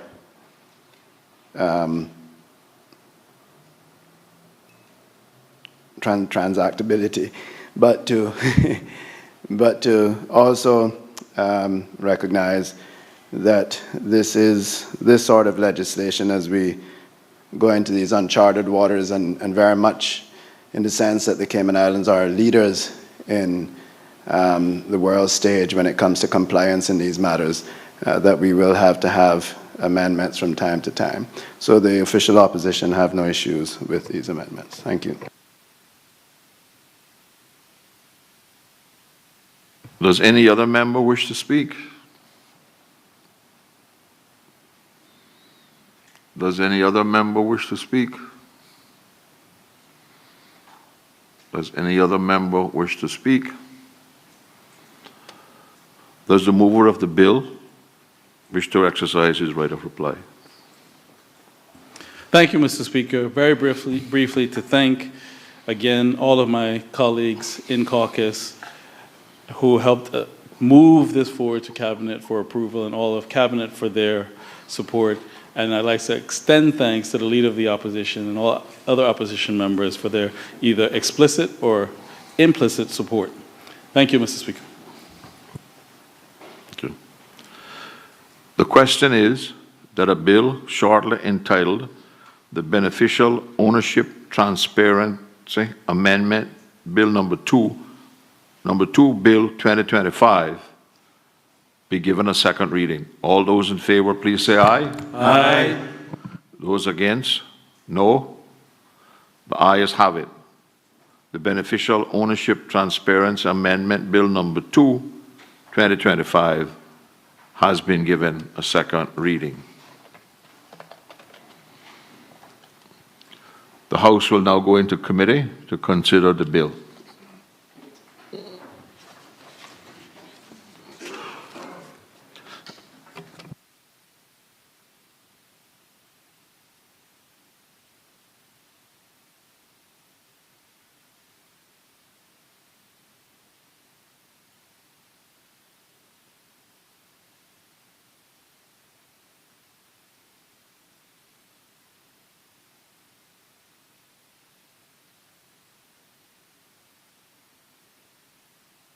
Please be seated.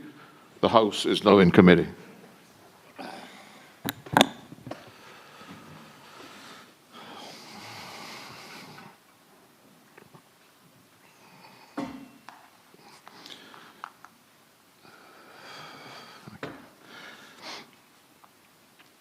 With the leave of the House, may I assume that, as usual, we should authorize the Honorable Attorney General to correct minor errors and such in these bills.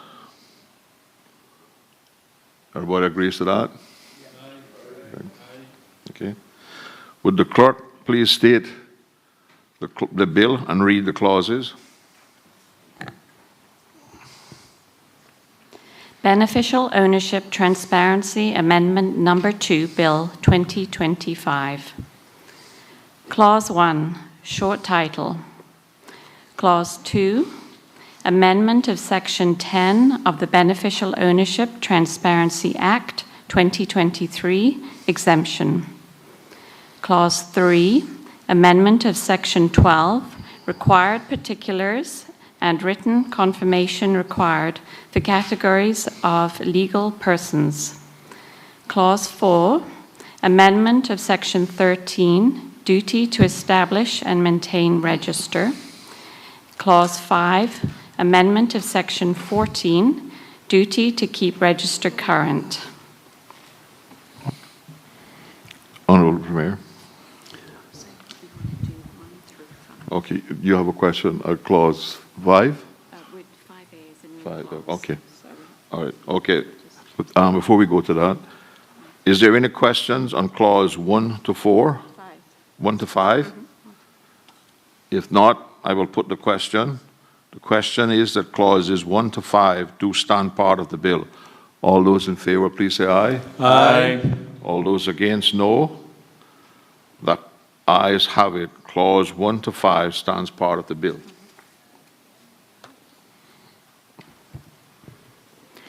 Clause 6, amendment of Section 19, issue of restrictions notice by corporate services provider. Honorable Premier.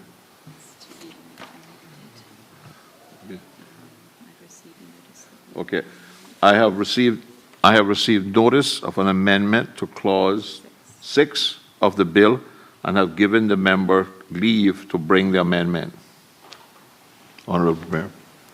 Thank you, Mr. Speaker. In accordance with Standing Order 70, subsection 1 and 2 of the Parliament Standing Orders 2025, I, the Honorable Andre M. Ebanks, Premier and Minister for Financial Services and Commerce, give notice to move the following amendments to the Beneficial Ownership Transparency Amendment Number 2 Bill 2025 as follows. The bill be amended by inserting after Clause 5 the following clause, quote, amendment of Section 18. Oh, no, you're doing 6, Clause 6. 6. So then when will we insert? It's a new clause. 5A is a... We'll do the new clause at the end. Yeah, right? And then substitute and then put it in. Okay. Okay. Yeah. If not, remind me. The bill be amended in Clause 6 by deleting paragraph A and substituting the following paragraph. Quote, by repealing subsection 1 and substituting the following subsection. Quote, 1, the corporate services provider of a legal person to which this act applies shall send a restrictions notice to the legal person concerning a relevant interest in that legal person if, A, by the end of the period of 30 days, beginning with the date of receipt of the notice issued to the legal person under Section 18.1, 1, a notice under Section 8 or 14 was not served by the legal person, and the legal person has not provided the corporate services provider with a valid reason sufficient to justify the legal person's failure to serve the notice under Section 8 or 14, or 2, the legal person has failed to provide a justification and a correction respecting any statement identified as being false or misleading in the notice under Section 18.1, or B, a notice under Section 8 or 14 was served by the legal person and the legal person has not received compliance with the notice served under Section 8 or 14, and end quote. The amendment has been duly moved. Does any member wish to speak thereto? No, Mr. Speaker. When we do the next amendment, then I'll be able to explain. Okay. Then the question is that the amendment stand part of the clause. All those in favor, please say aye. Aye. Those against, no. The ayes have it. The amendment stands part of the clause.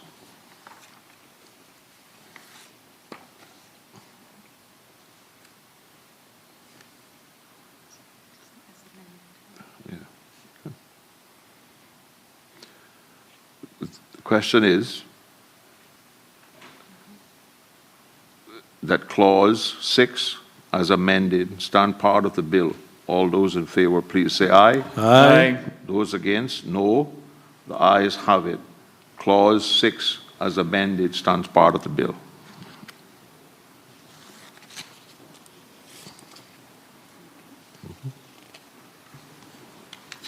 Clause 7, amendment of Section 22, access to beneficial ownership information.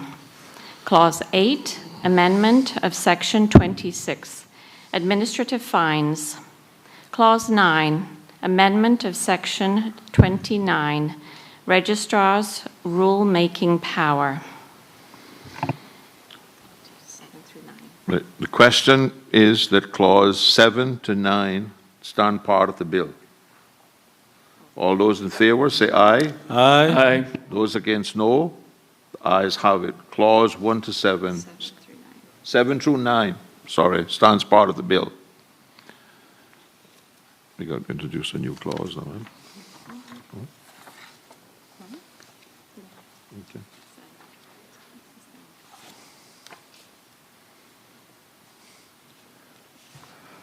New clause 5A.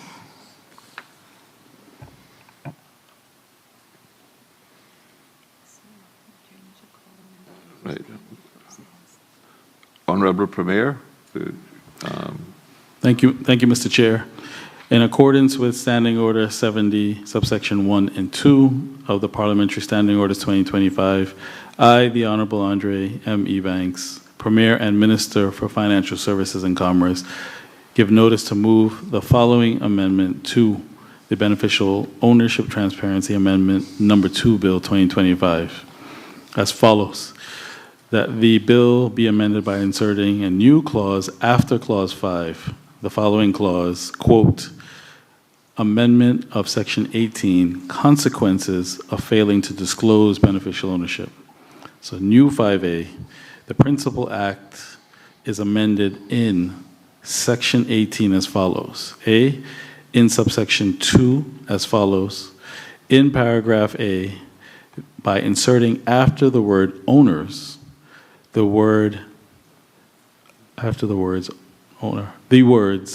in the case where the notice refers to the matter set out in subsection 1A, and 2, in paragraph B, by inserting after the word notice, the words, in the case where the notice refers to the matter set out in subsection 1B, and B, by inserting after subsection 3 the following subsections. Quote 4, if the legal person fails to provide the justification and correction referred to in subsection 2B by the end of the period of 30 days, beginning with the date of receipt of the notice, the corporate services provider shall, A, subject to section 19, issue a restriction notice to the legal person, and B, send a copy of the restrictions notice to the competent authority within 14 days of issuing it.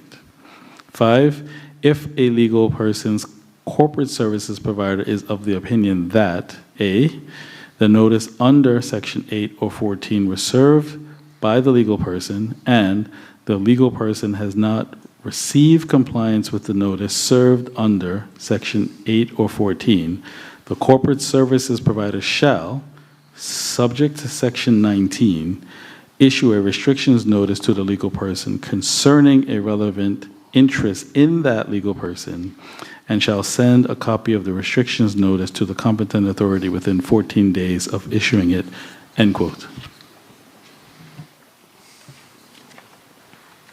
Amendment of Section 18, consequences of failing to disclose beneficial ownership.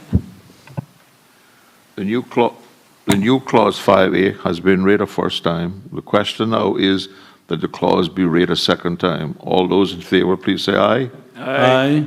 All those against, no. The ayes have it. The clause is deemed to have been read a second time. Is there any debate on the new clause? Mr. Chair, just briefly for the listening public and for members, the net effect of each of these committee stage amendments is that industry practitioners, particularly those in compliance, noticed that there was a gap, that if, as the corporate services provider, you file a notice asking for information and there is non-responsiveness or something misleading, there was no recourse. This now provides our licensed corporate services provider with an element of recourse to enforce compliance if there is an activity that's in non-compliance with the Act. Does any other member wish to speak? Mr. Speaker, the question is in regards to, through you to the Premier, Honorable Premier, is there a distinct beneficial ownership committee of stakeholders?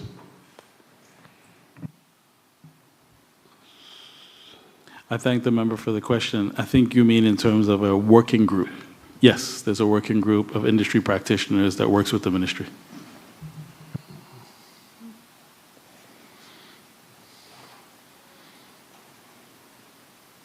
Is there any other member who wishes to speak? there's no further debate, the question is that this clause be added to the bill as clause number 5A and that the subsequent clauses be renumbered accordingly. All those in favor, please say aye. Aye. Those against, no. The ayes have it. Clause 5A is added to the bill.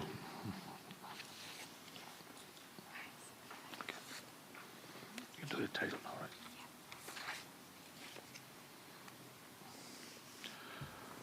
The question is, you can read it first. Yep.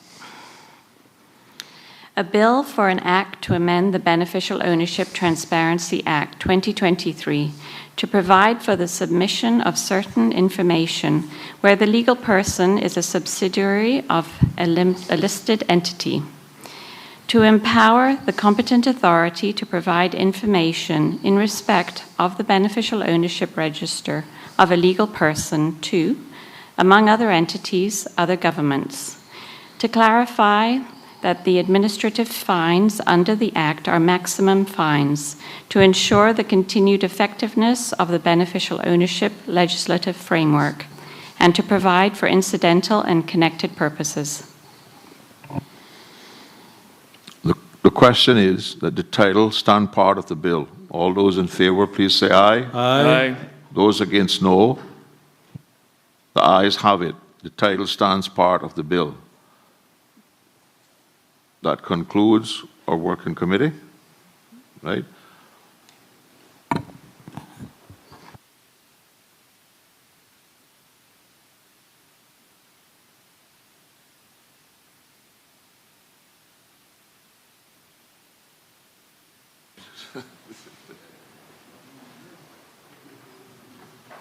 The question is, before we conclude the committee, I need to get it reported right.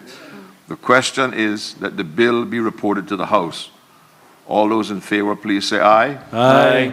Those against, no. The ayes have it. The bill will accordingly be reported to the House. Now the committee work is done.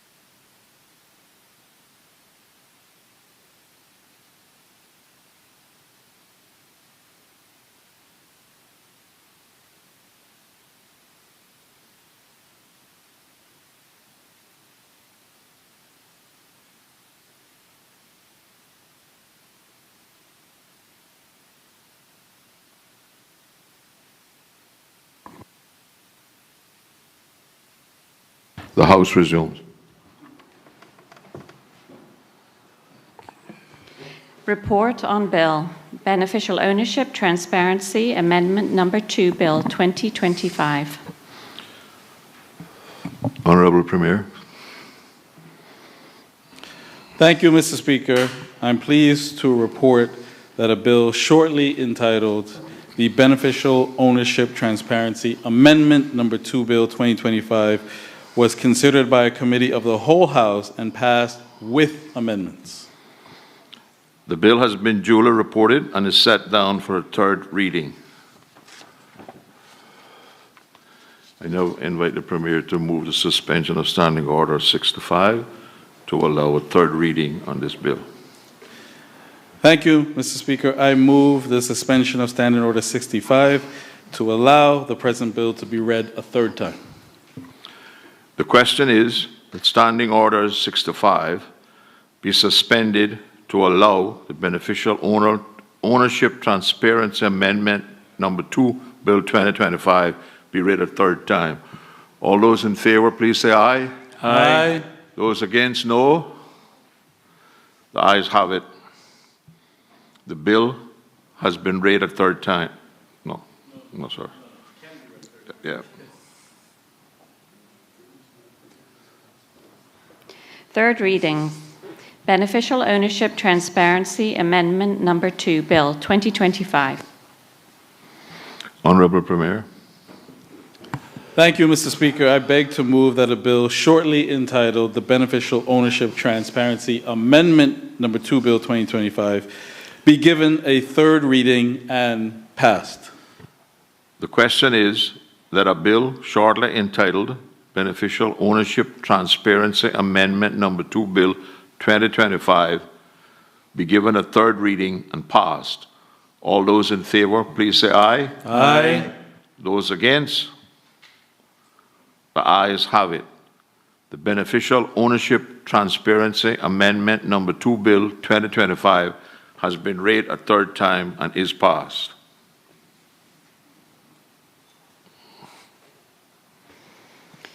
Motions. Government Motion Number 6 of 2025-2026. The Public Management and Finance Act 2020 revision. Issuance of a deed of indemnity to the members of the Development Plan Tribunal. To be moved by the Honourable Minister of Planning, Lands, Agriculture, Housing and Infrastructure. Honourable Minister of Planning, Lands, Agricultural, Housing and Infrastructure. Thank you, Mr. Speaker. Mr. Speaker, I beg to move Government Motion Number 6 of 2025-2026, Public Management Finance Act, issuance of a deed of indemnity to the members of the Development Plan Tribunal. Whereas the government of the Cayman Islands, the government is desirous of the issuing a deed of indemnity to the members of the Development Plan Tribunal, as per attached the deed of indemnity, and whereas Section 8 of the Public Management and Finance Act 2020 revision provides that a general rule of guarantee may be given by or behalf of the government unless it has been authorized by the resolution of Parliament. Be it now therefore resolved that the Parliament hereby authorize the issuance of the members of the Development Plan Tribunal a deed of indemnity guarding against the potential liability of members of the Development Plan and Tribunal. The motion has been moved and is open for debate. Does the Honourable Minister wish to speak to the motion? Mr. Speaker, yes. Honourable Minister. Mr. Speaker, I rise to move Government Motion Number 6 of 25-26, which seeks the approval of the government to issue the deed of indemnity to the members of the Development Plan Tribunal. The motion is brought under Section 8 of the Public Management Act, Financial Acts 2020 revision, which makes it clear that any indemnity given by government must first be approved by the Honourable House. Mr. Speaker, the Development Plan Tribunal carries out an important role in our planning system. Its members are the ones who hear objections, appeals, and when make changes to the development plan. They are doing a public service, giving their time and professionalism, experience to make sure planning decisions are fair and lawful. But that kind of work can attract legal challenges. The deed of indemnity gives these members proper protection when they act in good faith and in the best interest of the country. It means that they are sued simply for not doing their job. The government stands behind them. Let me be clear, Mr. Speaker, this does not protect anyone acting in bad faith or doing wrong.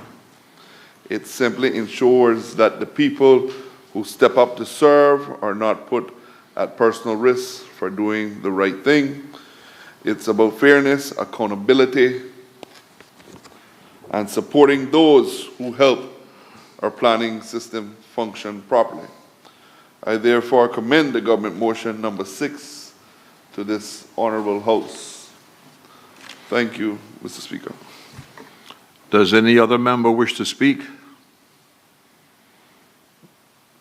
Does any other member wish to speak? Leader of the Opposition. Thank you, Mr. Speaker. Mr. Speaker, I just rise to say that the official opposition do not have an issue with it. Does any other member wish to speak? Does the mover wish to exercise his right of reply? Mr. Speaker, I just want to thank the House for their full support. That'll be all. The question is, be it now therefore resolved that the Parliament hereby authorizes the issuance to members of the Development Plan Tribunal a deed of indemnity guarding against the potential liability of members of the Development Plan Tribunal. All those in favor, please say aye. Aye. Those against? The ayes have it. The motion is duly passed.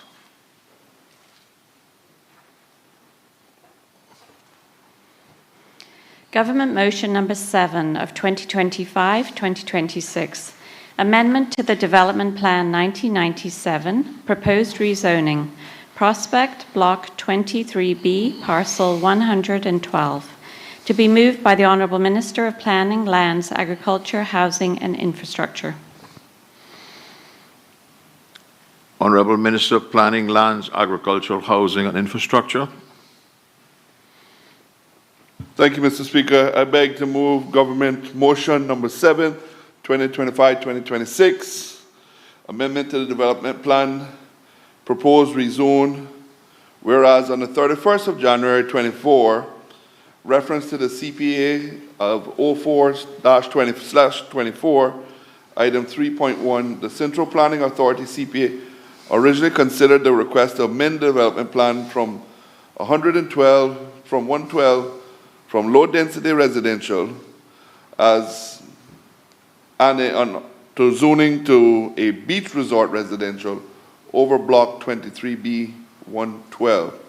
It was resolved to forward that application for a 60-day public notification and the consultation period pursuant to the section of 11.2 of the Development Planning Act. And whereas the proposed amendments were duly advertised in the Caymanian Times newspaper on the 24th, the 26th of April, and on the 1st and the 3rd of May of 24, in accordance with Section 11.2 of the Development Planning Act 21 revision, with the public consultation closing on July the 2nd of 2024, no letters of objection was received on the proposed amendments, and whereas on the 4th of December 2024, reference to CPA 31/24, item 3.1, the Central Planning Authority again considered the proposal and in light received no objections, and it was resolved to forward the rezone application to the Ministry of Planning, Agriculture, Housing, Infrastructure and Transport and Development for onward transmission to this Honourable House of Parliament, subject to Cabinet approval. And whereas on the 13th of August 2025, Cabinet considered the rezoning proposal and approved that matter to be submitted to Parliament for consideration, and whereas in accordance with Section 10.2b of the Development Plan Act 2021 revision, the Central Planning Authority hereby recommended and submits to the Parliament the following proposal for the alteration to the Development Plan 97, a summary and a maps of where are attached hereto, be it now there resolved to alter the zoning area of the registration section A, proposed block 23B, parcel 112, from low density residential to a zoning of beach resort residential. The motion is duly moved. Does the Minister wish to speak to the motion? Briefly, sir. Mr. Speaker, I rise to move this government motion number 7, 2025-2026, seeking the Parliament's approval for rezoning of 23B 112 in Prospect from low-density residential to beach resort residential. This is a small piece of land just under the tenth of an acre, located along the South Sound Road. The area around it has been zoned for beach resort use, and this change simply brings this small parcel into line with the surrounding zoning and the actual boundaries of the road. Mr. Speaker, the Central Planning Authority advertised this proposal and gave the public a full 60 days to comment, and no objections were received, and the authority reviewed the matter again. And in December of 2024, and recommended it to that Cabinet approve it, and Cabinet did so on August the 25th of 2025, and now we bring it there before to the Honourable House. This is not a controversial of a large-scale change. It is a cleanup of a zoning map to make it accurate and consistent, and ensures that the plan reflects the reality of the ground and provides clarity for both developers and residentials. And I therefore commend this government motion 7 to this Honourable House. Does any other member wish to speak? Member for Georgetown East. Thank you, Mr. Speaker. Mr. Speaker, just to say that, I recognize it's just a small cleanup of the zoning for a piece of property that's 0.09 of an acre, to clean it up to make it consistent with the rest of the zoning around it. So on that basis, I could say, the opposition, we have no problem at all with it. Does any other member wish to speak? Does any other member wish to speak? Does any other member wish to speak? If not, would the mover like to exercise his right of reply? Mr. Speaker, I just want to thank the opposition for their full support. That's all. Okay. The question is, be it now therefore resolved to alter the zoning area of registration section, Prospect Block 23B, Parcel 112, from low-density residential and unassigned zoning to beach resort residential. All those in favor, please say aye. Aye. Those against, no. The ayes have it. The motion is approved. Government Motion Number 8 of 2025-2026. Amendment to the Development Plan 1997, Proposed Rezoning, Crichton Drive, West Bay South, Block 17A, Parcel 383, to be moved by the Honourable Minister of Planning, Lands, Agriculture, Housing and Infrastructure. Honourable Minister of Planning, Housing, Infrastructure, Development. Thank you, Mr. Speaker. Mr. Speaker, I beg to move Government Motion Number 8 of 2025-2026, Amendment to the Development Plan 1997, Proposal Rezoning of Crichton Drive, West Bay South, Block 17A, Parcel 383. Whereas on the 4th of March of 2025, reference from the CPA of 05/25, Item 3.1, the Central Planning Authority originally considered the request to amend the development plan from low-density residential and private canal to a hotel tourism over Block 17A383, originally comprised of 4 parcels, 17A, 145, 146, and 327, and 376. It was resolved to forward this proposal for 60 days public notification and consultation period pursuant of Section 11.2 of the Development Planning Act, and whereas the proposed amendments were duly advertised in the Cayman Times newspaper on the 9th, 11th, and the 16th and the 17th of April of 2025 in accordance with Section 11.2 of the Development and Planning Act 21 revision, with the public consultation closing on June the 16th of 2025. Persons were invited to review the application at the Department of Planning for comments. During the public consultation period, no letters of objection was received, and whereas on the 4th of December 2024, the CPA 331/24, Item 3.1, the Central Planning Authority considered the rezone application again. Following the consultation period, it was resolved to forward the rezone application to the Ministry of Planning, Agriculture, Housing and Infrastructure for onwards transmission to this House of Parliament, subject to Cabinet's approval. And whereas on the 22nd of August 2025, Cabinet considered the rezone application, that the matter be referred to Parliament for consideration, and be it now therefore resolved in accordance to Section 10.2 of the Development Plan, the Central Planning Authority hereby recommends and submits to Parliament the following proposal for alterations to the Development Plan in 1997, a summary of maps of which are attached hereto, and it be therefore resolved to alter the zoning area of the registration section A, Crichton Drive, West Bay South, Block 17A, Parcel 383, from low-density residential and private canal to hotel tourism. The motion has been duly moved and is open for debate. Does the Honourable Minister wish to speak to the motion? Briefly, sir. Mr. Speaker, I beg to move government motion number 8 of 2025-2026, proposed rezoning of block 17A, parcel 383, Crichton Drive, West Bay South, from rezone from low-density residential and private canal to hotel tourism. The Central Planning Authority looked at the proposal in March of 2025, carried out the required public consultation and received no objections, and the site, just over a third of an acre, sits along Crichton Drive, next to a land already zoned for tourism use. Mr. Speaker, the rezoning will allow the land to be used in a way that fits the area existing development pattern and supports the planning tourism investment while still being consistent with the development plan and proper planning principles. Mr. Speaker, it is a sensible and measured adjustment that keeps our planning system working smoothly, balancing growth and good order.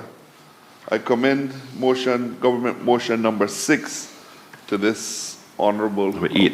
Sorry, 8, to this honorable House. Does any other member wish to speak? Does any other member wish to speak? Does any other member wish to speak? If not, does a member moving the motion want to exercise his right of reply? Mr. Speaker, again, I just want to thank the whole House for their full support, sir. Okay. The question is, be it now therefore resolved in accordance with Section 10(2)(b) of the Development and Planning Act 2021 revision, the Central Planning Authority hereby recommends and submits to the Parliament the following proposal for alteration to the Development Plan 1997, a summary and maps of which are attached hereto. Be it further resolved to alter the zoning area of registration section A, Crichton Drive, West Bay South, Block 17A, Parcel 283, from low-density residential and private canal to hotel tourism. All those in favor, please say aye. Aye. Those against? The ayes have it. The motion is passed. Just for clarity, I think you said 283, and it's 383. 383, yeah, sorry. Okay, let's, as a former governor would say, let's put some belts and braces on it and do it all over. Be it further resolved to alter the zoning area of registration section A, Crichton Drive, West Bay South, Block 17A, Parcel 383, from low-density residential and private canal to hotel tourism.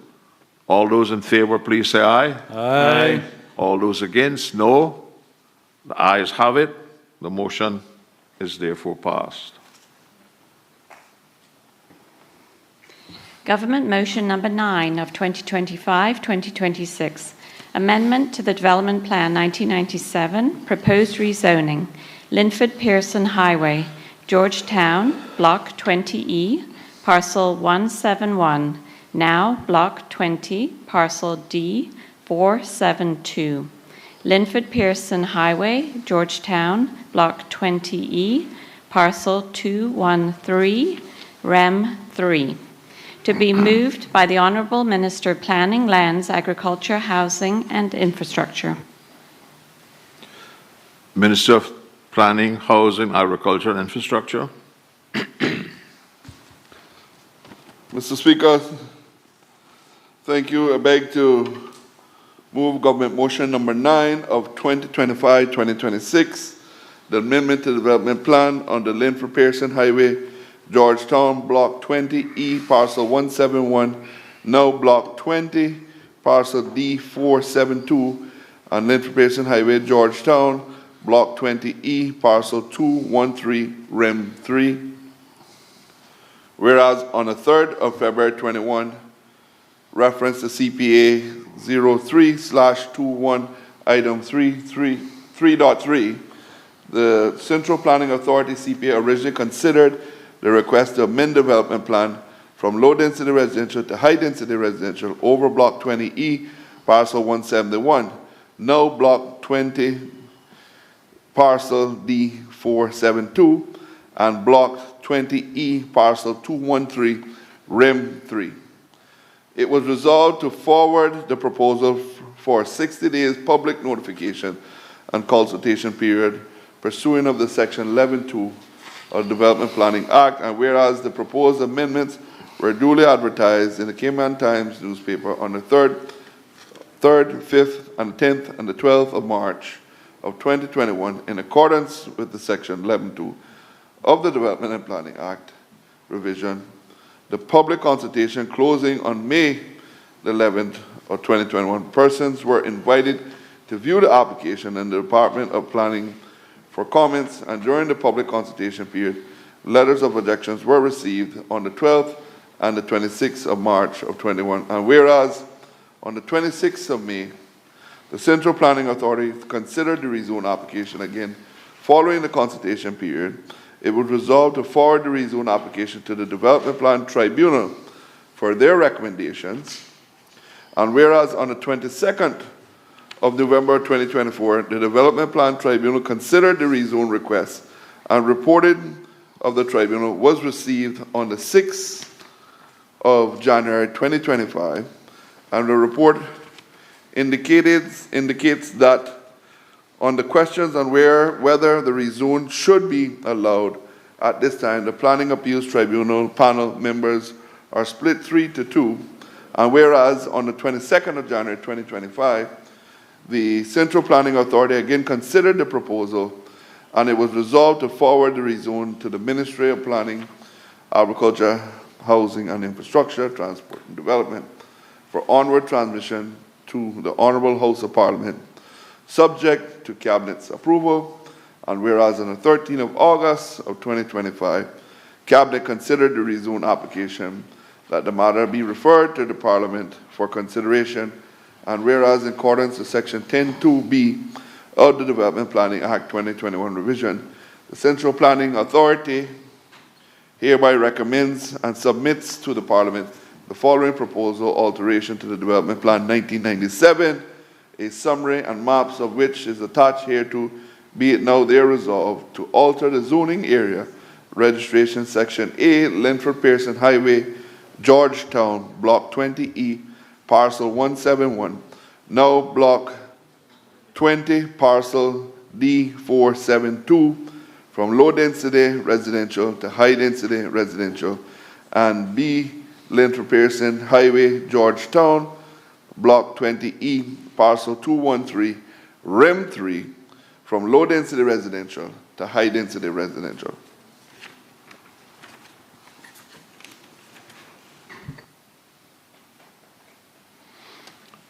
Does any other member wish to speak? Leader of the Opposition. Thank you. Oh, Mr. sorry. Speaker? You hadn't debate yet. You didn't give me my right to speak first, sir. Oh, I'm sorry. Yeah. The motion has been duly moved. Does the minister wish to speak to the motion?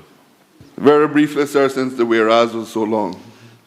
Mr. Speaker, I rise to move the government motion number 9, 2025-2026, which seeks to approve the rezone 2 parcels of land along Linford Pearson Highway for Block 20E, Parcel 171, and Parcel 213, REM 3, from low-density residential to high-density residential.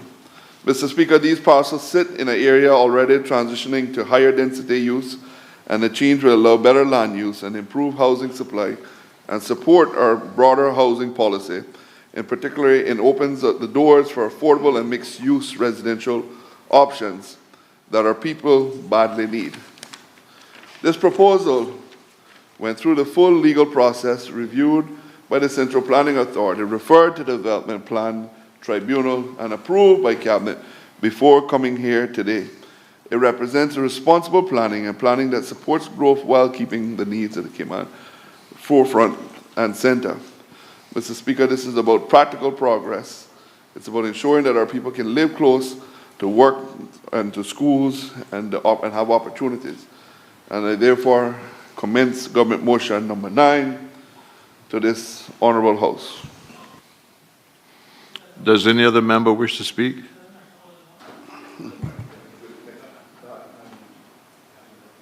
Honorable member of the Leader of the Opposition.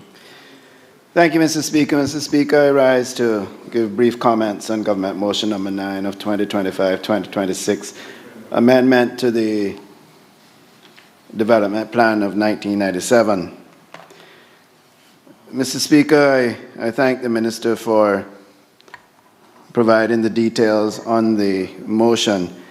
And let me first say that we, the Georgetown representatives, are very much encouraged by the opportunity for affordable housing in Georgetown.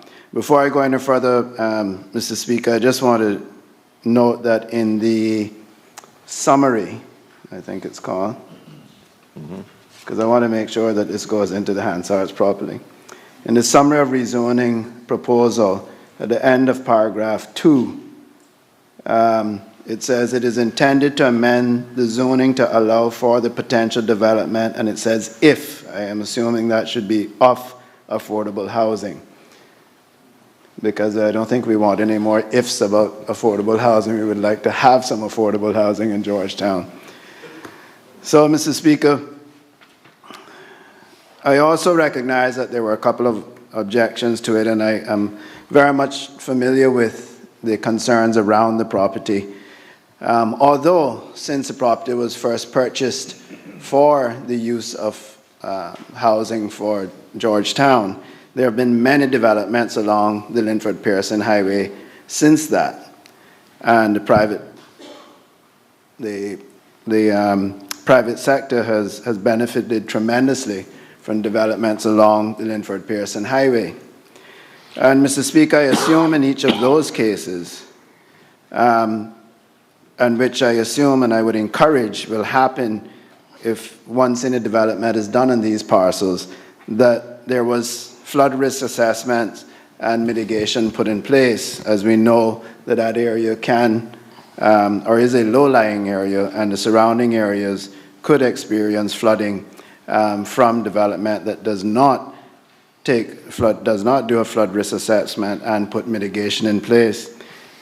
Mr. Speaker, I would expect that in protecting the surrounding areas, that in a development there would seek to have hydrological surveys or engineering done for flood control and drainage. And these, Mr. Speaker, in today's day and age, the technology is there for us to ensure that we can protect the surrounding areas with things such as spillways, culverts, and retention ponds with pumps and drains, etc.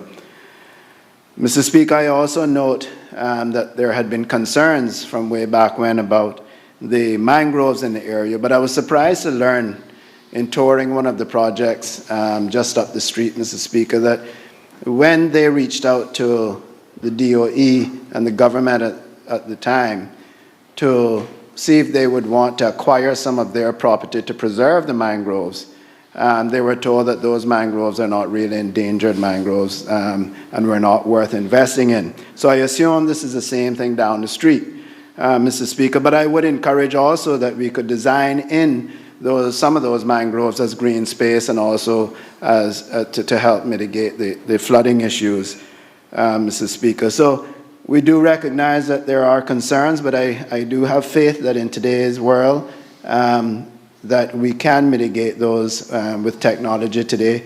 And I am heartened to know that perhaps we will finally get some affordable housing in Georgetown. And as the Honourable Minister so rightly pointed out, Mr. Speaker, you know, persons these days, back 20 years, 30 years ago, we talked about the Go East initiative, and we saw the growth of the population, in particular in Bodden Town.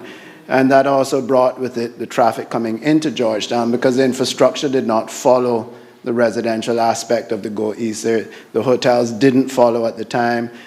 Government itself we have not created government buildings. We have not created any industrial park areas in the eastern districts that we could see employment opportunity in the eastern districts. So everyone is still coming to Georgetown to come to work, Mr. Speaker. And so the more that we can develop responsibly within the Georgetown Basin so that persons may, along with the opportunity to own a home, may start to participate in a proper public transport system. And all of these things can lead to lesser congestion on the roads coming into town and less congestion in town if we plan them correctly. So, Mr. Speaker, with those short words, those few words, I want to say that whilst we support this rezoning and we're encouraged in the official opposition that there may be affordable housing in the horizon for the Georgetowners, we also want to ensure that everyone else around it is protected and that the development is done responsibly. Thank you, Mr. Speaker. Does any other member wish to speak? Member for Georgetown East. Thank you, Mr. Speaker. Just a few comments to Mr. Speaker. This proposed rezoning falls squarely in my constituency, and particularly in an area of low-lying and part of the swamp that exists between the Linford-Pearson Highway and South Sound. Mr. Speaker, my concern really lies on the potential development and what can continue to happen in terms of the other low-lying developments in the South Sound, off Linford-Pearson Highway, with regard to potential development and without any storm water management plan in place. And I question in my own mind whether this is the appropriate thing to be doing at this time. Not that I'm opposed to the development at some point, no question. But Mr. Speaker, I think, and I've spoken about it many times in this House with regard to the issues in some place like Randike, where they have been surrounded almost completely by development that is higher, has more elevation than they do. And every development that has taken place in that region has just exacerbated the problems that they have with the flooding that takes place every time it rains.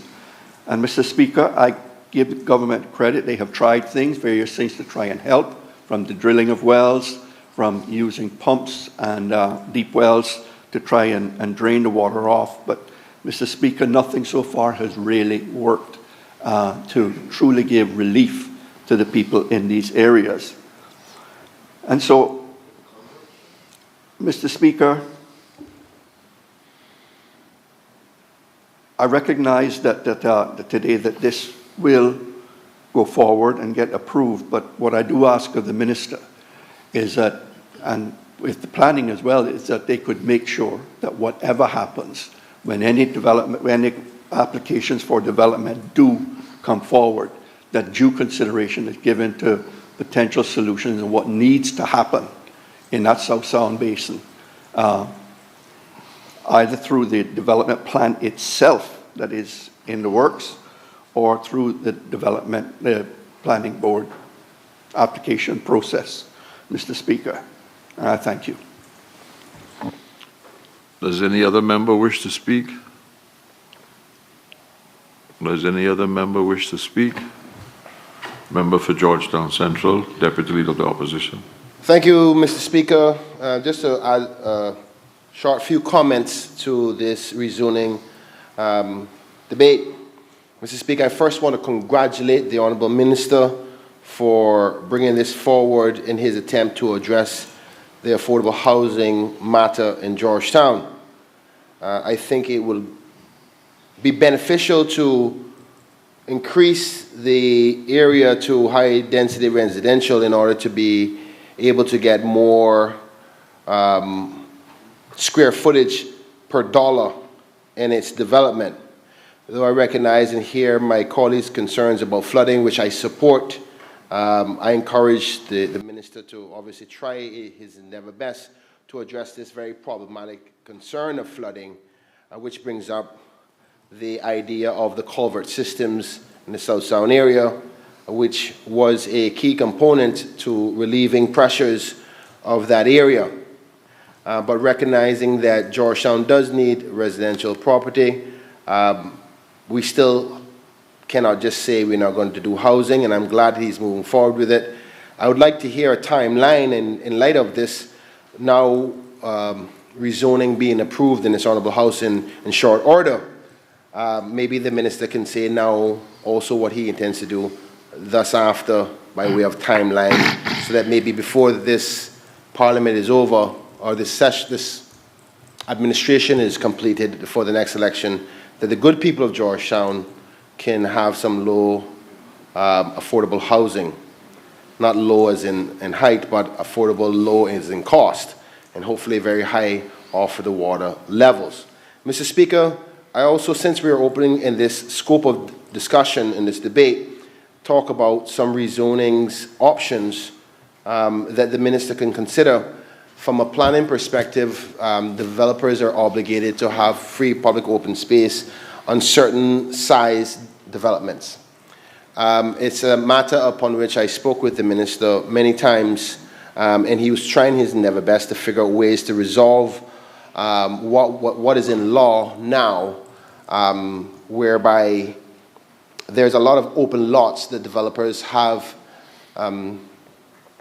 met the requirements under the planning law to leave these lots open, but the lots are still registered in the company upon which the development was done, and there's no obligation to have them developed for a park purpose or a public open space, so they're just sitting there empty. And there's a large number of acreage across the country that is just sitting there for the purposes of that, that could be considered transitioned into something for affordable housing, or even for the government to acquire and potentially sell and accumulate that money into a larger housing option, because it seems impractical as they sit there doing nothing after the intention was to create these free open spaces, but they're never used. Mr. Speaker, I would ask the Minister only to say that while he considers these current rezonings and the properties that we have across the country, that he continue to put his efforts into that, and that hopefully within a short period of time we can have an answer to that. Because particularly when we talk about the housing issue within the Georgetown area, that could be a solution, where I know that there's easily 50 to 100 house lots within the Georgetown area that could potentially be either amalgamated together to one other location, or sold and developed in low-income affordable housing in each particular spot. So with that being said, I want to continue to thank the Honourable Minister, who will obviously put his full efforts into ensuring that the good people of Georgetown Central, Georgetown, will get affordable housing, so that they do not lose the cultural components of them being called a Georgetowner. I know that the member from East End wants them to take them and carry them down there, but I need them to stay in Georgetown. So with that being said, it's a little funny joke there. I thank the Minister for this first step in what I believe will be one step of many, that we can have an announcement sometime even before the end of this year, early next year, about that affordable housing development at this rezoned location he just highlighted. Thank you, Mr. Speaker. Does any other member wish to speak? Does any other member wish to speak? Member for Bordentown East. Thank you, Mr. Speaker. I just want to briefly say that I support this initiative, and I actually want to thank the former Minister of Finance, which I think was Georgetown East, found the funds. I was the minister at the time who bought the property, some 25 acres. And I just wanted to say that this is long overdue with houses being built on this property, but I did have a little vision in terms of professional young Caymanians carving out 10 acres or something and trying to build something special for them because a lot of them are young and they only need a 1.5 bed as young professionals, single, you know.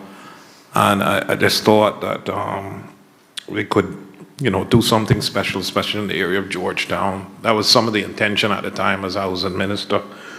But I have every confidence that the NRA and the minister himself will do the proper stormwater management, and a bit of that property could be dug out as a holding pond and solve Randyke's problem also. So this is very welcomed. You have my full support in bringing this forward. I thank you. This property has just been sitting there for too long, whilst Caymanians stay on the waiting list for far too long. So I will just rest with these comments, not to tout my horn, but to say that I always believe that we should continue buying property. I bought property in Northside also, and East End and West Bay and Georgetown, Bordentown, to ensure that we had a place. I recognize that even the young professionals within 10 years are going to have trouble trying to afford property.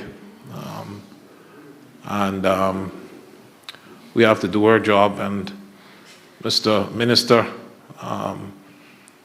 just continue buying more. Thank you.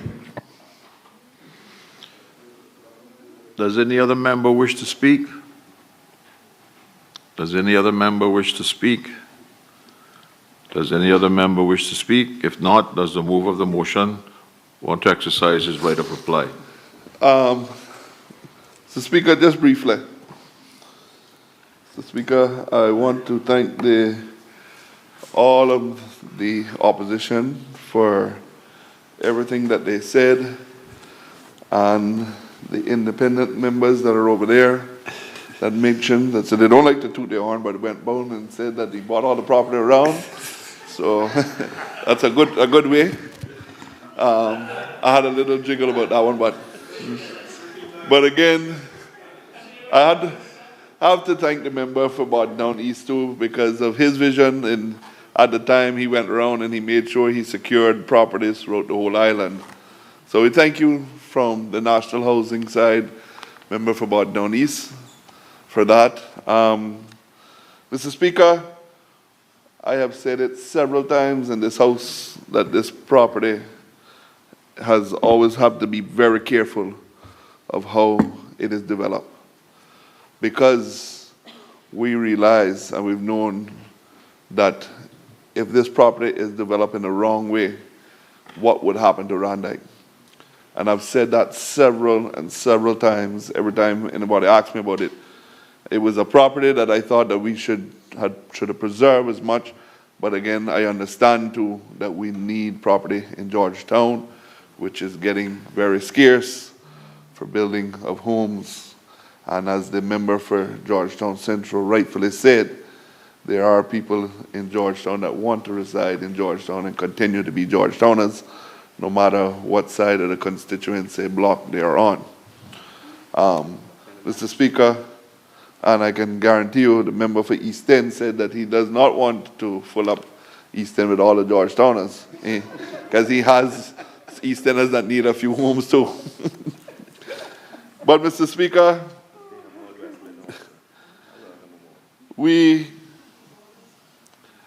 I just want to remind individuals that this has been maybe the third rezone in that location on that Linford Pearson that we have brought into this honorable house in my term. And we realize we see that area is developing really fast, but we have to make sure that we do make sure that when it comes to getting the right proper stormwater management done in that area, it's not just looking for the individuals that could afford it from the newer development, but we also have to remember those older developments that have been done for years that are, at that point in time, did the best they could with what they had. And of course, some of them built a little bit lower than what they should have built at the time, but again, that was what they had to do to be able to get a roof over their head. And new developments come in because of different rules and changes of the planning laws and stuff, and request that they have to be certain heights, and then they build that, and then now we get these low-lying areas, which create a lot more flooding for them. So I know my team is listening. I've jogged down several notes from everybody on it, but I can guarantee you that when we do look at this property, we will be keeping in mind, and also as the member for Bordentown East, he must be listening somewhere, someone giving him some ideas from our side, but there are talks about creating some kind of a retention pond in that area so that the Randike water could run into that, but then actually have that water run out into some of the culverts there. So whoever is giving you the information, sir, they're spot on with what's happening in my ministry. And I know the member for Georgetown Central asked for timelines on this property. I'm going to tell him that my budget speech is just a couple of days away, sir. And he'll be able to listen to it then and get all the timelines in that. Just don't want to give him nothing ahead of time, because then I know he'll go in I know the member, he's going to go behind and adjust his speech and say the timeline isn't fitting for him, so he'll get my timeline then. But, Mr. Speaker, I know everybody in this House wants to see affordable housing for our people, wants to see our people with homes. Mr. Speaker, I know when we come to Parliament for money for homes, whether rooms and roads and stuff, there's no separation of parties, opposition, or anything. We're all one in here when we're voting on stuff, on monies for those. And I just want to thank everybody for their full support, my team, the government, the opposition, all of the people in the planning side that have did all of the hard work out there, continue to do the Central Planning Authority, the Planning Appeals Tribunal, because this was one rezone that kind of went through the whole gamut from the CPA to the tribunal and then back to the CPA.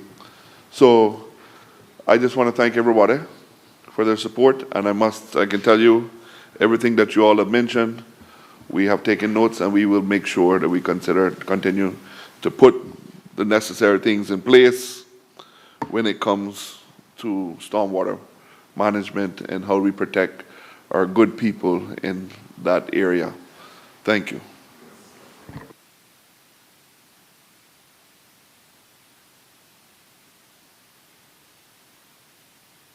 The question is, be it now therefore resolved to alter the zoning area of registration sections. A. Linford Pearson Highway, Georgetown, Block 20E, Parcel 171, now Block 20, Parcel D 472, from low-density residential to high-density residential. And B. Linford Pearson Highway, Georgetown, Block 20E, Parcel 213, Rem 3, from low-density residential to high-density residential. All those in favor, please say aye. Aye. Aye. All those against? The ayes have it. Government motion number 9 is duly passed. That concludes the business on the order paper today. But before inviting the Premier to move the adjournment, I would just like to draw members' attention that we have a new staff member who's been spending a lot of time developing the Parliament's social media, Instagram, Facebook, all that stuff. So I want to invite members to go on the site, and if you feel free, leave comments, etc., so that it becomes an interactive thing. Honorable Premier. Thank you, Mr. Speaker. I move to suspend Standing Order 14-1 to allow the House to commence tomorrow, Thursday, the 6th of November at 10 a.m. instead of 2 p.m. The motion is that Standing Order 14-1 be suspended to allow the House to start tomorrow, Thursday, the 6th of November at 10 a.m. All those in favor, please say aye. Aye. Those against? Standing Order 14-1 is suspended. Thank you, Mr. Speaker. With that, I move this House do stand adjourned until tomorrow, Thursday, the 6th of November at 10 a.m. The motion is that this Honorable House do stand adjourned until 10 a.m. tomorrow, Thursday, the 6th of November. All those in favor, please say aye. Aye. No? The ayes have it. The House is therefore adjourned.